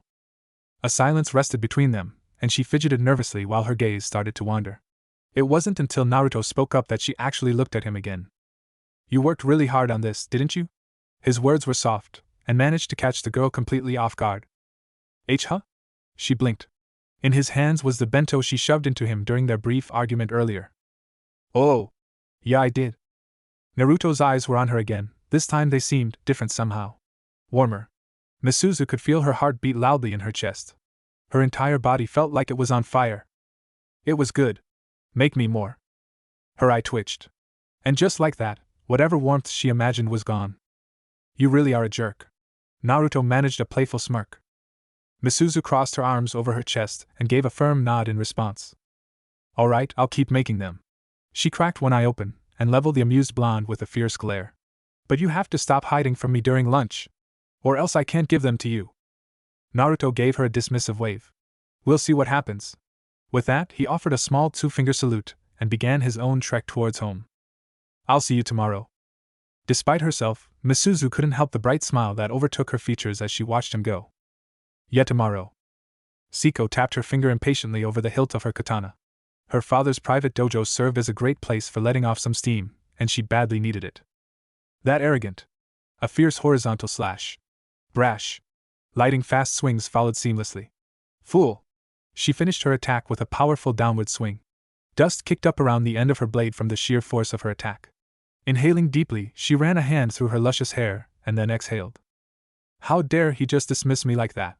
The poor fool didn't know his place. He was to be hers. Last she checked, pawns didn't dismiss their kings. And that girl? What's her game here? Does she want to make him hers? Saeko's eyes narrowed at the mannequin a fair distance away. No, her hands slowly moved for her blades simultaneously. She crouched down low and tensed her body in preparation. Someone like her could never tame Uzumaki. Whatever her reasons may be, I have already staked my claim and she will retreat. In a flash, the Saeko was behind the mannequin, blade outstretched. Behind her, the mannequin split cleanly in half seconds later, the right side falling to the ground with an audible clunk. Saeko could be very persuasive, so there was no doubt in her mind that Ichiju Misuzu would come to see the error of her ways. The girl should be careful, after all. Were this a jungle and the animals, she would be mauled to pieces. Here he was again, blankly staring into a pitch-black room, searching for answers he would never find. Naruto's supposed old habits really did die hard, or else what happened today would have been easily ignored. The second he laid eyes on her, he knew. Years of experience made it easy to spot, and that same experience taught him to understand it. If he were to die tomorrow, there would be a small part of him that would regret leaving a bad impression on the one person who ever bothered to be truly kind to him. With that, he shut his eyes and drifted to sleep. A single thought in mind. It was a comforting thing, that people like Misuzu still existed. Chapter 3. The Taiyai shopping town district was well known throughout Tokunosu as the most appealing tourist spot in the city, with a massive mall boasting an impressive 5 floors with over 100 shops. Not to mention exclusive restaurants, family-operated stands, and great prices. It was also a fairly common spot for the local residents as well, being located at the very heart of the city. When not in school, most teens found themselves spending the rest of their day lollygagging with friends here, at the arcade, shopping, or just hanging out. Naruto was not one of those people, which was why he couldn't help but really wonder just what the hell he was doing. Naruto-kun, you seem down," Misuzu commented, smirk still in place. Let it be known that Uzumaki Naruto always paid what is due. In this case, getting sweet-talked into joining Misuzu and Nikki for a day of fun and lounging at the Taiyai shopping district. You know, I understand that you're trying to get me to warm up to you guys, but this is making me dislike you even more. The blonde spoke offhand, a scowl firmly placed on his features. Misuzu practically beamed at Naruto, seemingly impassive to his earlier insult. Oh please. If you outright hated us you would have said no. Besides, word around school is that Nikki and I, the timid girl gave a tiny squeak at her mention, are some of the most attractive girls in our year. Aren't you feeling that hot blood pump through you as you escort 2 gorgeous ladies around? Naruto was not feeling any of that hot blood pump. In fact, he didn't feel anything, he just wanted to go home. No, he retorted dryly. Misuzu pouted in response, quickly embracing Nikki as fake tears spilled forth from her crinkled eyes. Wah, Naru-chan doesn't think we're hot, Nikki. The poor girl could do nothing to hide her blush as her best friend buried her face into Nikki's rather ample bosom. To this day Misuzu could swear her parents had to be feeding Nikki something for her to have a bust that size at her age. Can we just do this and leave?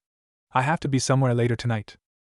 Oh, Misuzu felt herself sinking, her own imagination running rampant without her consent. Are you going to be with Busujima-senpai?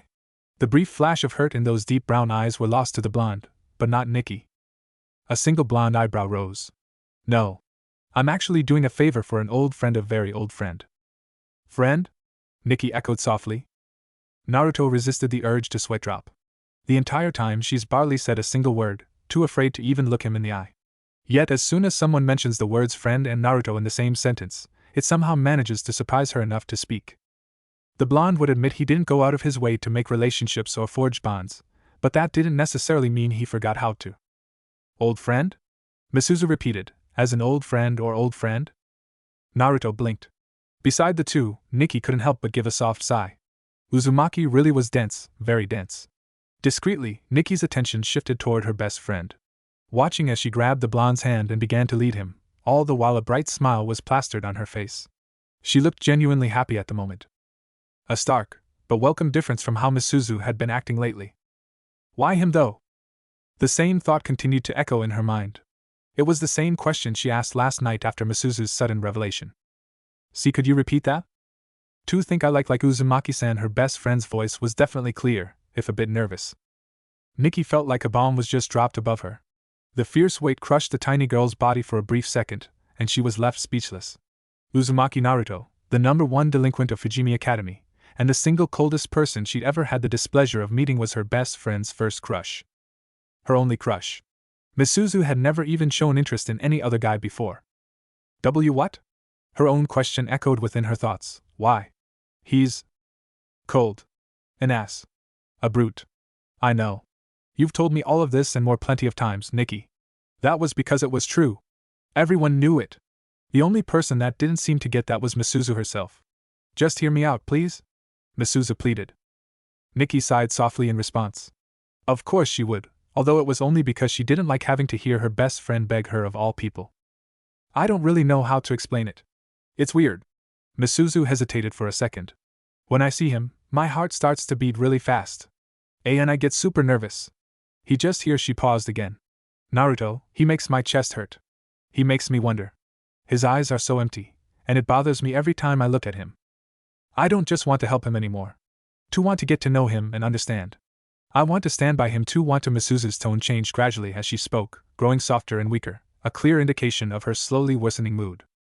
Wow, those fish eyes of his really hit home for you, huh? Nikki joked after a long pause. A smile quickly blossomed over her features when she heard Misuzu giggle at her joke. At least she could still do that much for her. Ugh. Don't remind me. I still can't believe I said that. She sounded flustered now. Misuzu proceeded to then go off about the entire ordeal, her spirits a bit higher now, although it seemed a tiny bit forced in her opinion. Nikki didn't miss the bit of venom associated with Saeko when her friend mentioned the senior either. It was a bit funny actually. In all their time together, the brunette never knew her best friend to be the jealous type, until now. Her heart thumped softly when she registered the amount of admiration Misuzu really had for Naruto. It made her a bit angry. Maybe even a tad bit jealous. He wasn't worthy of her attention, her love, but as long as Misuzu was happy it was okay. Right. I'll agree with you on one thing, Suzu, his eyes really are empty. Nikki let her gaze wander over to the tall, plainly dressed blonde standing, towering, over almost everyone else. No wonder most people associated him with foreigners. Empty and cold. She still couldn't get that look out of her head. Whatever Misuzu saw in him would be forever lost to her, but she would support her best friend as always. Nikki! Come on! She was snapped out of her thoughts, watching as Misuzu waved to her from one of the family-operated stands. Naruto was next to her, leaning over as he studied the random trinkets. If she were to be honest, they did look good together.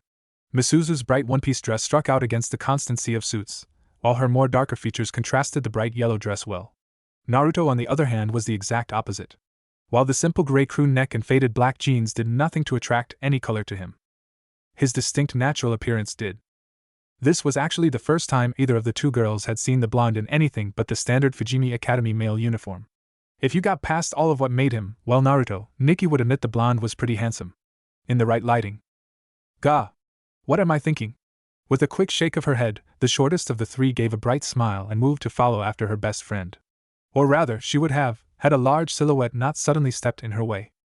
In a matter of seconds, the meek teenager was surrounded on all sides by a group of familiar faces, all led by the one person she disliked even more than Uzumaki. Sonoda Imada. Nikki-chan, his sickly sing-song tone sent shivers down the petite girl's spine. Doing all she could to avoid eye contact with the much taller student, the brunette made to slide past the group without stirring any trouble. Once again, however, this proved to be another failure.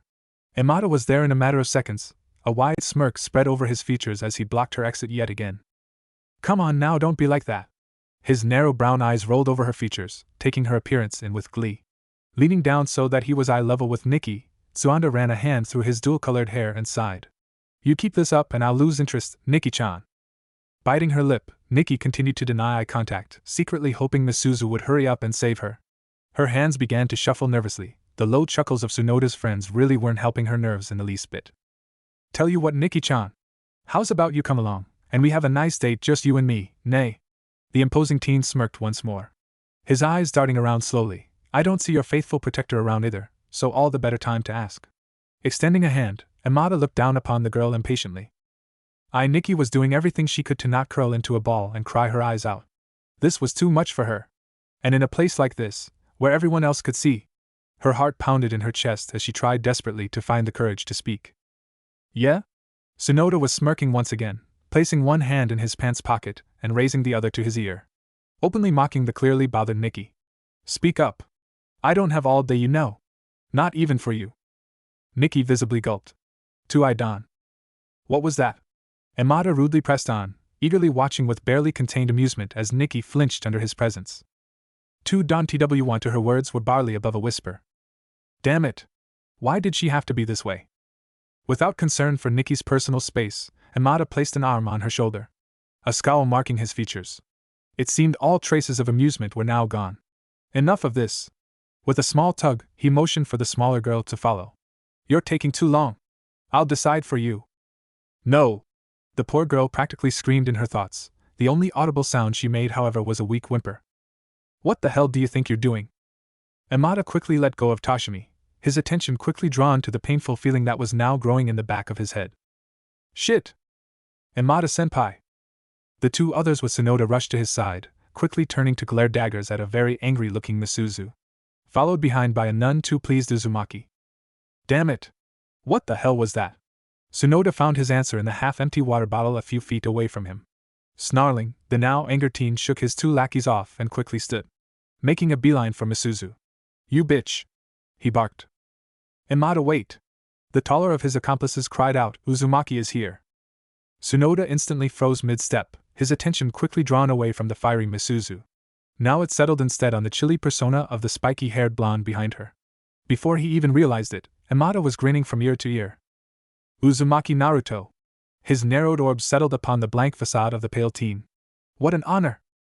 If there was anything Sonoda Amada valued more than strength, it was a good challenge. The blonde not but a few feet away was just that.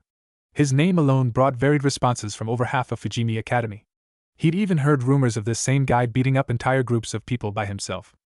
Someone just as infamous as him was an exciting prospect. And Misuzu. His eyes then turned to greet the girl. TCH. What a drag. Thought I actually caught her alone for once. The false blonde muttered sourly. You thought wrong, you asshole. Pumping her fists, the enraged girl turned to Naruto and angrily pointed at the Sonoda and his friends. Naruto. Sick. A single brow was raised. She was confident in herself, that much Naruto could give her.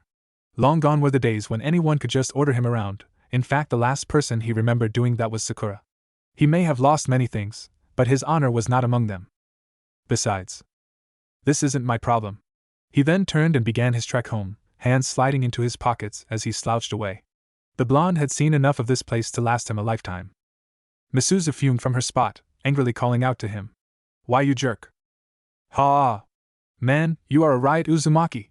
You'd just leave two defenseless girls with a group of delinquents like us. You really are cold. Amada laughed loudly, practically holding his head up while pointing at the retreating blonde's back, more than creeping out the slowly growing crowd of onlookers. Well, either way, I can see your logic. Don't worry, we'll take good care of them. Naruto briefly paused, tilting his head back and leveling Sonoda with a rather uninterested stare. You misunderstand. This isn't my problem and I'm really not needed. Misuzu can deal with cowards like you on her own. To her credit, Misuzu hid her surprise at the blonde's discreet compliment well and quickly masked her features. Whatever, he's still a jerk. The fluttering in her chest, however, was a bit harder to fight. You little shit! You gotta be kidding me. Snarling, Sonoda quickly followed after the blonde, his intent clear for all to see. Who the hell do you think you're talking to? The second the taller male placed his hands on the blonde was the second he realized he'd made a mistake. The temperature seemed to instantly drop around him. Cold sweat dripped down from his forehead, and the half-blonde suddenly found it very difficult to breathe. Please don't instigate conflict, Sonoda-san. It would be exactly a minute before Sonoda realized he was shaking. To Misuzu and Nikki. Sonoda grabbed Naruto by the back of his shirt, and then seemingly froze in place, only to immediately release the blonde after. What the hell was that? Taking an involuntary step back, Sonoda did all he could to compose himself. They had a crowd now. This wasn't good. TCH, whatever? We're out of here. Haru. Sosa. The two quickly stood straight and wordlessly followed, offering a final glare Naruto's way. The crowd parting for the three as they made their exit. Seeing as the show was finally over, the onlookers began to thin until Misuzu, Nikki, and Naruto remained. Fucking assholes, Misuzu muttered, helping Nikki gather her bearings. Her eyes, however, watched them go until they were completely out of sight. Damn that Sonoda! When will he get a clue? She took a breath to gather her bearings, then shifted her attention back to Nikki, practically oozing worry. Are you okay? She questioned gently. Nikki could only nod while fighting back tears. Misuzu noticed this and drew her friend into a tight hug, rubbing small circles around her back. She knew Nikki like no one else. This was probably a huge scare for her. The poor girl was too fragile. This is really touching and all, but we should probably get going. Tactful as always, Naruto casually leaned on his right leg, arms crossed, an expression as blank as ever. Misuzu immediately snapped her eyes to the blonde. Gently letting go of Nikki, she marched towards the third year. You. She seemed to be having trouble finding the words, you, jerk. You were really just going to leave us? What if something actually happened? Naruto fought back a sigh as the girl practically exploded on him. She looked to be a bit shaken up herself. Amada was planning on teaching her some manners after all, so it was justified. Really, quite the violent one, that Sonoda. Relax. There was no way he could have hurt you here. Multiple witnesses, crowded area, cameras everywhere.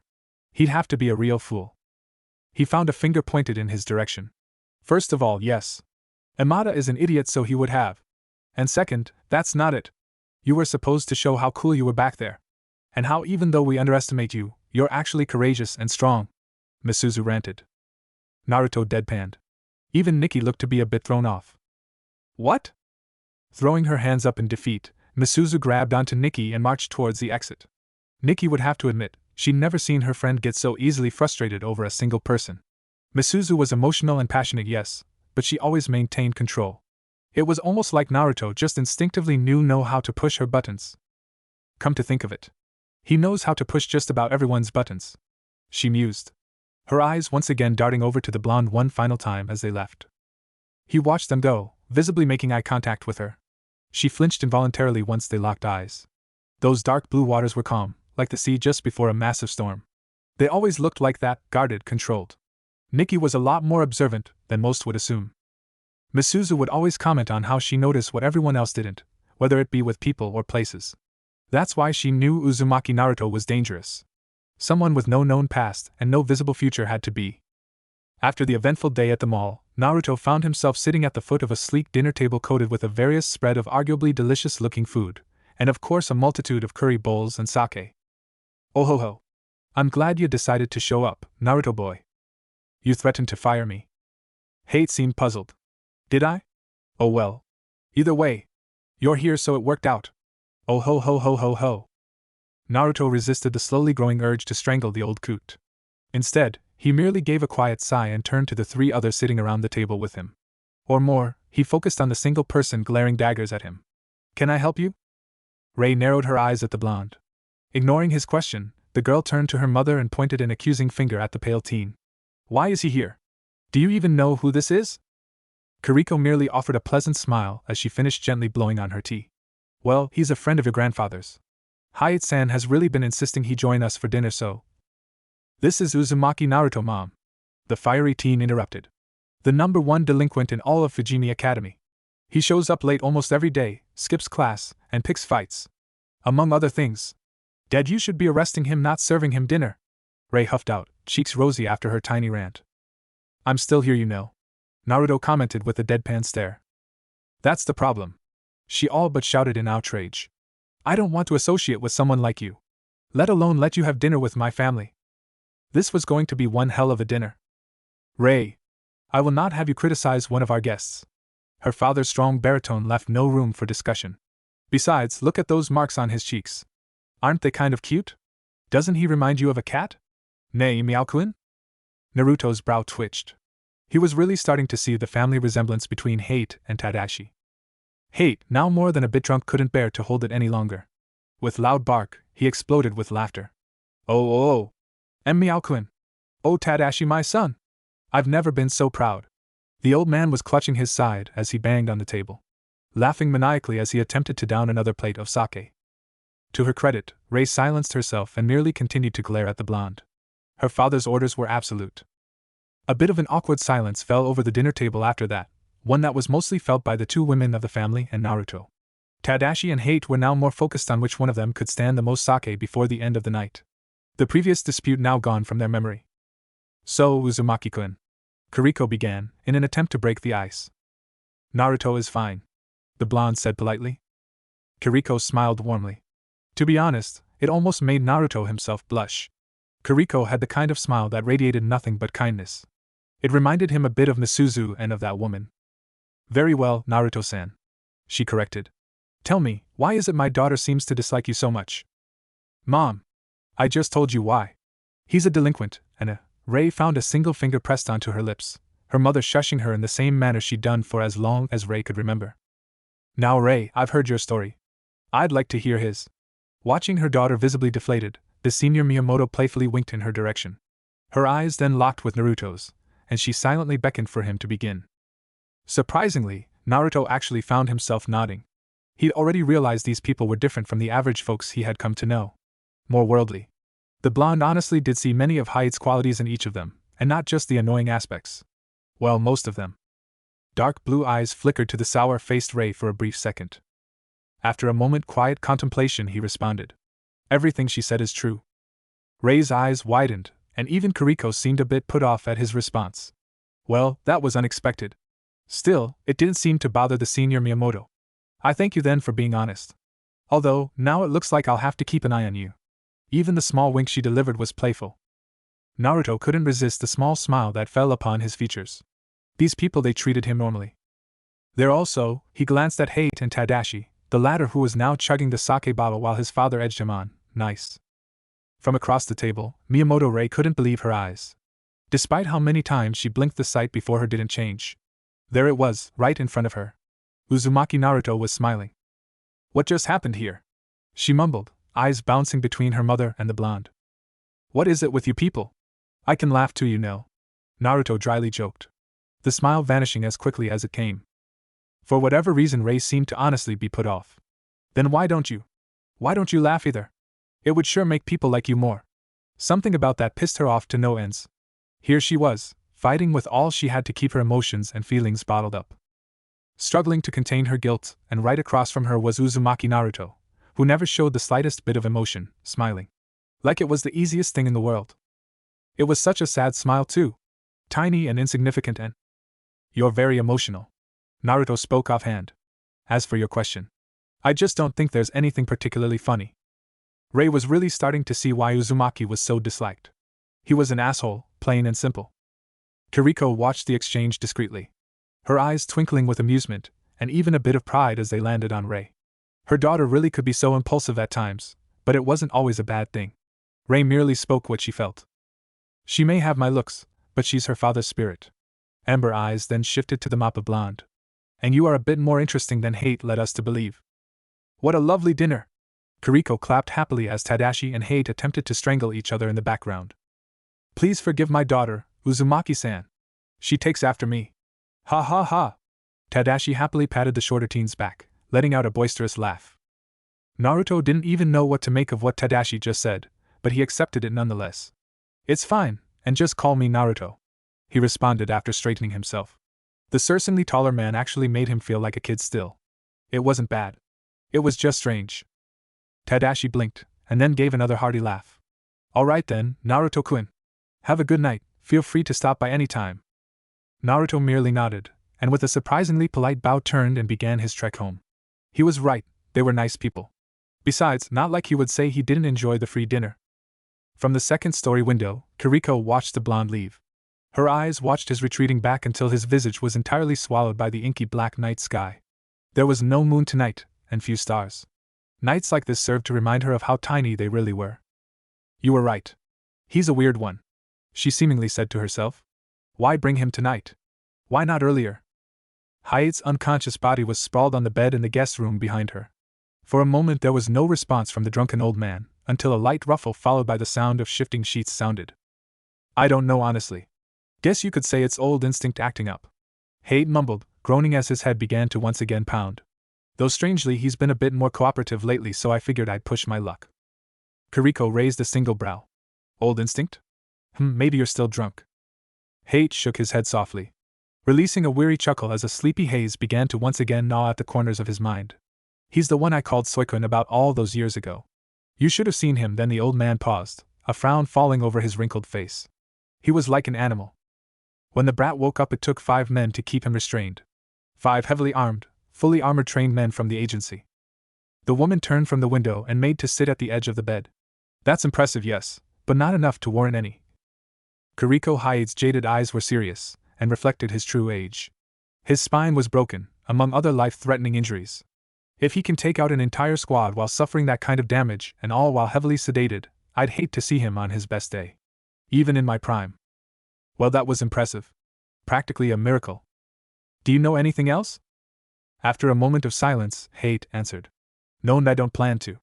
Kirito calmly waited for him to continue, her interest long piqued.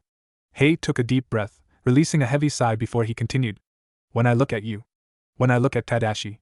When I look in the mirror, I see ghosts, Kiriko-chan. When I look at him, I see death itself.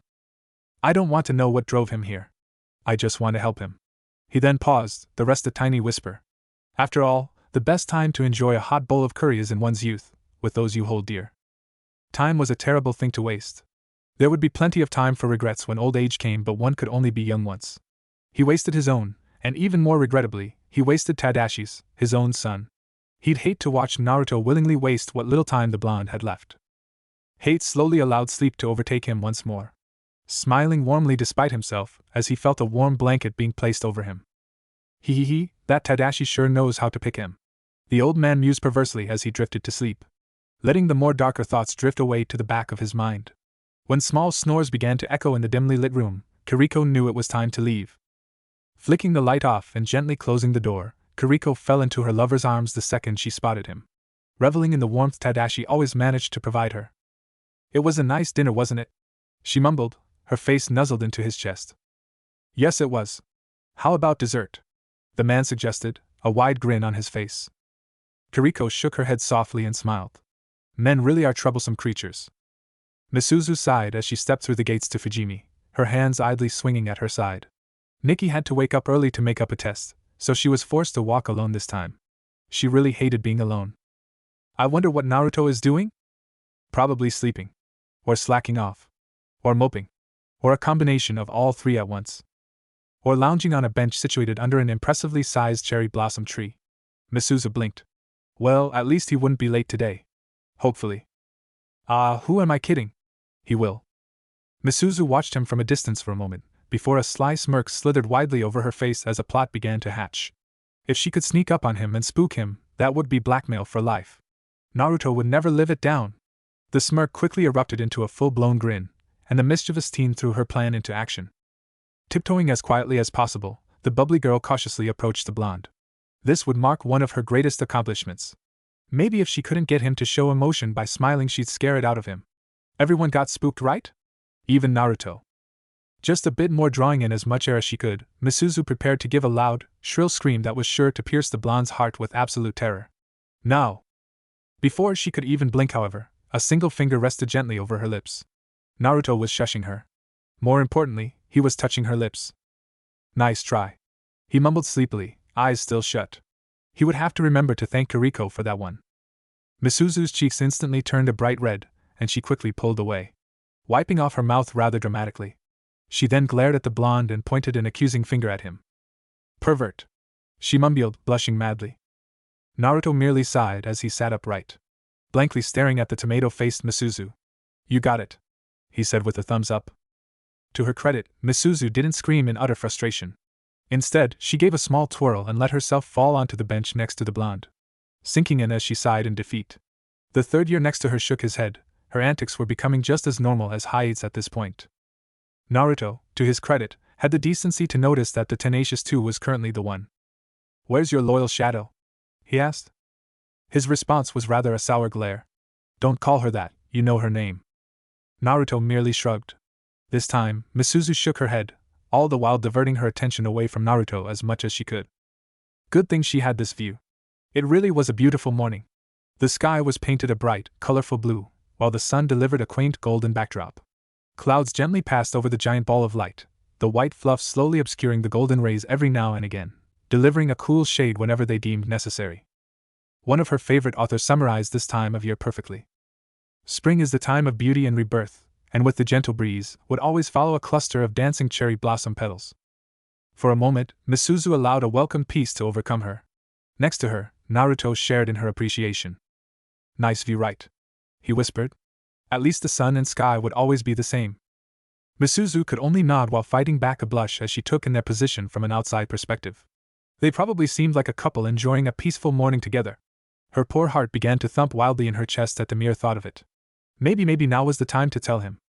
Mustering up all of her courage, the girl inhaled softly, attempting to calm her nerves. From the corner of her eyes she observed him. The bright sunny sky seemed to make his hair all but glow, the tips swaying lightly in the breeze. And his eyes, they weren't as dull as usual. There was something else in them now. It was hard to explain. He looked almost happy. This was the part of Naruto she couldn't understand, but wanted to try to nonetheless. And Naruto. That came out weaker than she would have liked, but it served the purpose of getting his attention. His eyes were solely on her now. That is, I want to tell you that I. Damn it! Just tell him. To lick. You haven't made me lunch in a while, Naruto stated abruptly, his eyes piercing into her own, almost as if he were looking past her. Misuzu felt her heart skip a beat. She'd always found Naruto's eyes to be mesmerizing even before the confusing feelings. A deep, entrancing blue that shimmered with something more, but only if you took the time to look, and she did. She took the time to know Naruto. Even if it was a bit forced at first. Now it was different though. If only by a little bit. Here she was, sitting next to him without an honest word of protest. He didn't just tolerate her presence anymore. He accepted it. That, more than anything, was a win in her book. I am sorry. With everything that's happened, she trailed off after stammering, damn it. There it was again. Shyness was not befitting of her. Still, Naruto didn't break away. He simply sat and waited patiently for her to continue. That was another thing she'd grown to like about him. When you spoke, he listened. Even when he pretended not to, he still listened. Never interrupting. Never breaking away. Always giving his full attention, as if your words were the key to immortality itself. Taking a small breath, she willed her heart to slow. I've been a bit off lately, so I'm sorry. I'll get right to that starting tomorrow. It wasn't a lie, she had been a bit off. Naruto didn't need to know he was the reason just yet, however. After all, this beautiful sky, us sitting so close together, it was just as nice. Misuzu could get used to mornings like this one. Alas, all good things do come to an end. The bubbly girl only wished it would have lasted a tiny bit longer. Uzumaki-san. Ichijo-san. Busujima Saeko. The queen of Fujimi seemed to have just finished another one of her morning jogs. Most of the male students actually visibly paused to admire the glistening violet-haired beauty pass. Only to realize that she was making her way towards the bane of Fujimi, Uzumaki Naruto himself. Good morning to both of you. Saeko offered a polite smile, stopping a few feet short of the two to catch her breath. Her eyes settled on the blonde first. It is good to see you here so early again, Uzumaki-san. I'm glad you're making an honest effort. Naruto merely nodded nonchalantly. Let her believe what she wanted, he honestly didn't care. Saeko was another of the few people whose strange ways had become a sort of normalcy in his time here. Well, at least as normal as anything else in his life. Yeah, me too. Honest effort is my specialty. Well, he wasn't lying. Saeko giggled lightly. Her light blue orbs all but tearing away from the blonde to focus on the frowning Misuzu. Something the matter, Ichijo-san? Her tone was soft and reflected genuine concern. For some reason, Misuzu didn't buy it, but this wasn't the place or the time. Not to mention, Busujima Saeko wasn't just anyone. Delivering a kind smile of her own, Misuzu shook her head slowly. No. I'm fine, just a bit tired is all. Naruto-kun here isn't the best conversation partner either. She delivered a swift glare to the taller teen, one that was completely ignored. Saeko didn't miss just how familiar she'd become with him, or the suffix.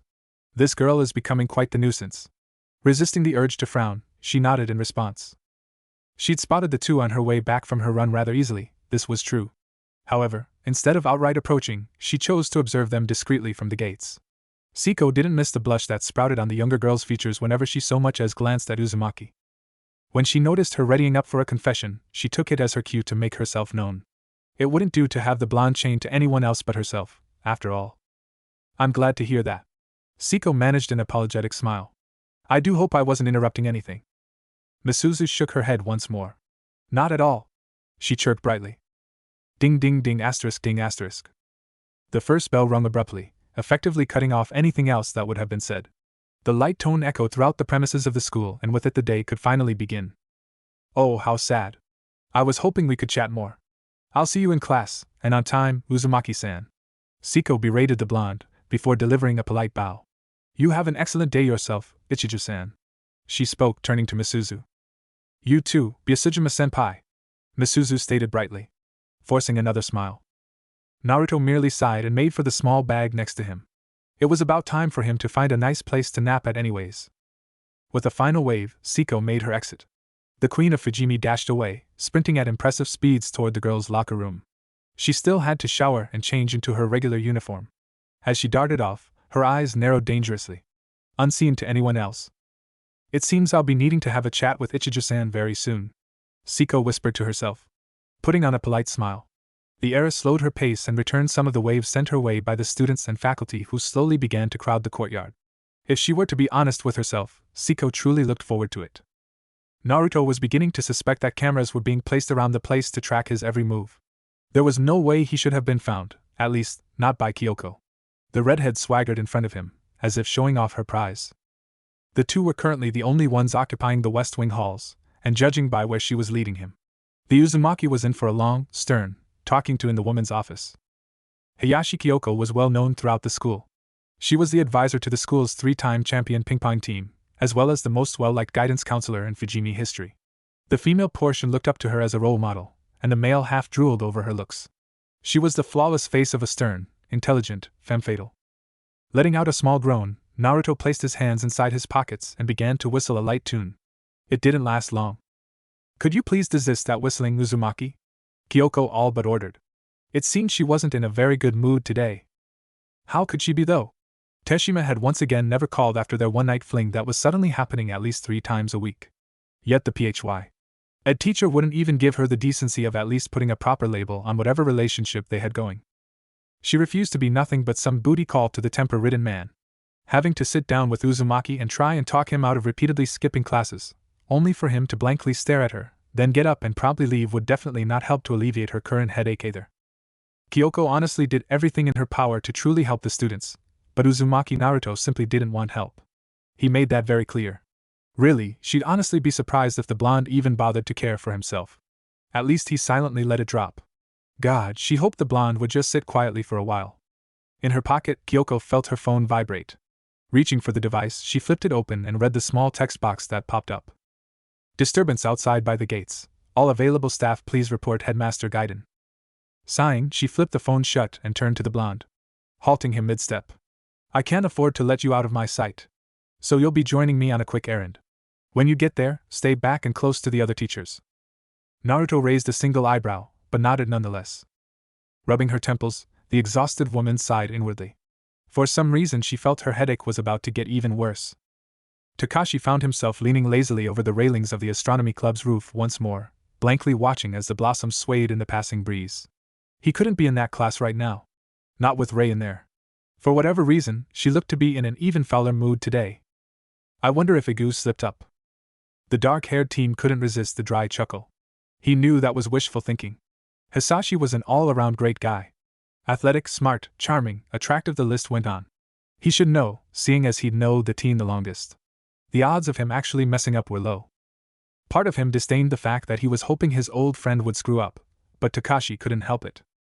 Letting out a yawn, he mentally reprimanded himself for not getting enough sleep the previous night. It was strange, but Takashi just could not sleep no matter how hard he'd try. He didn't know if it was thoughts of the future, or thoughts of Rei. All he knew was that something kept him up. A weird feeling in his gut he just couldn't shake away. "Wait, what's that?" he mumbled to himself, squinting his eyes in an effort to see better.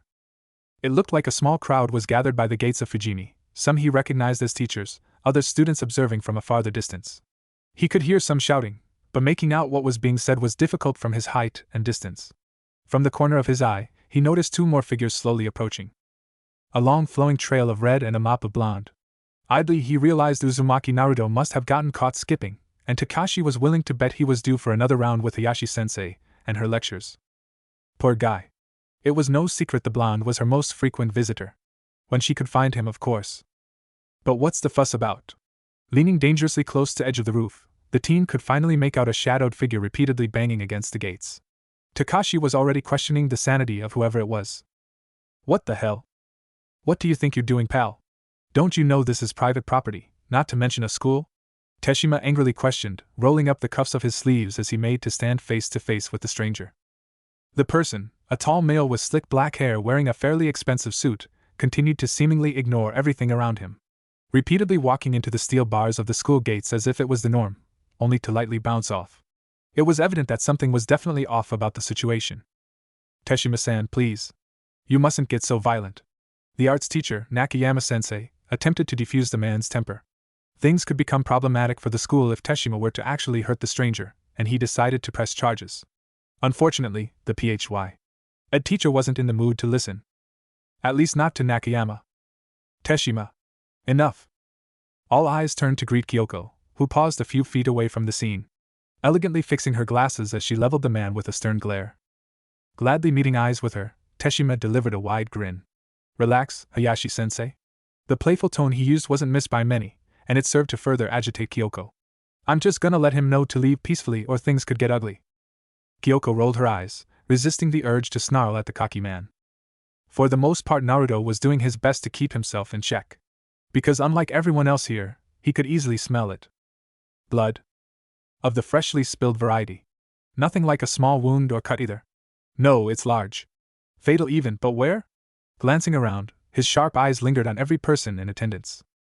He hated admitting to it, but his senses have regrettably grown dull during his time in Tokanosu, so it took him a moment before finally, his gaze landed on the very cause of this disturbance. Or more like the small puddle of fresh crimson forming behind him. By the time Teshima placed his hands on the stranger, it was already too late. It wasn't hard to tell where the blood was coming from this time, seeing as it was spilling out in a gruesome show from the massive wound on Teshima's forearm. The missing chunk of meat was being happily chewed within the tightly clamped jaws of the sick stranger, who was now humming a low and pleased groan. For a moment no one spoke a word, opting to watch in silence as the crimson liquid continued to pool onto the ground, the red turning a dark black within seconds. Until Teshima's horrified scream broke them out of their shell-shocked stupor. What if Naruto was strongest person high school of the dead? And thanks for watching my video till the end. If you enjoyed this content, then do consider subscribing to my channel, and leave a like if you guys need the next part, comment down, and thanks for watching the video, and see you guys in the next video.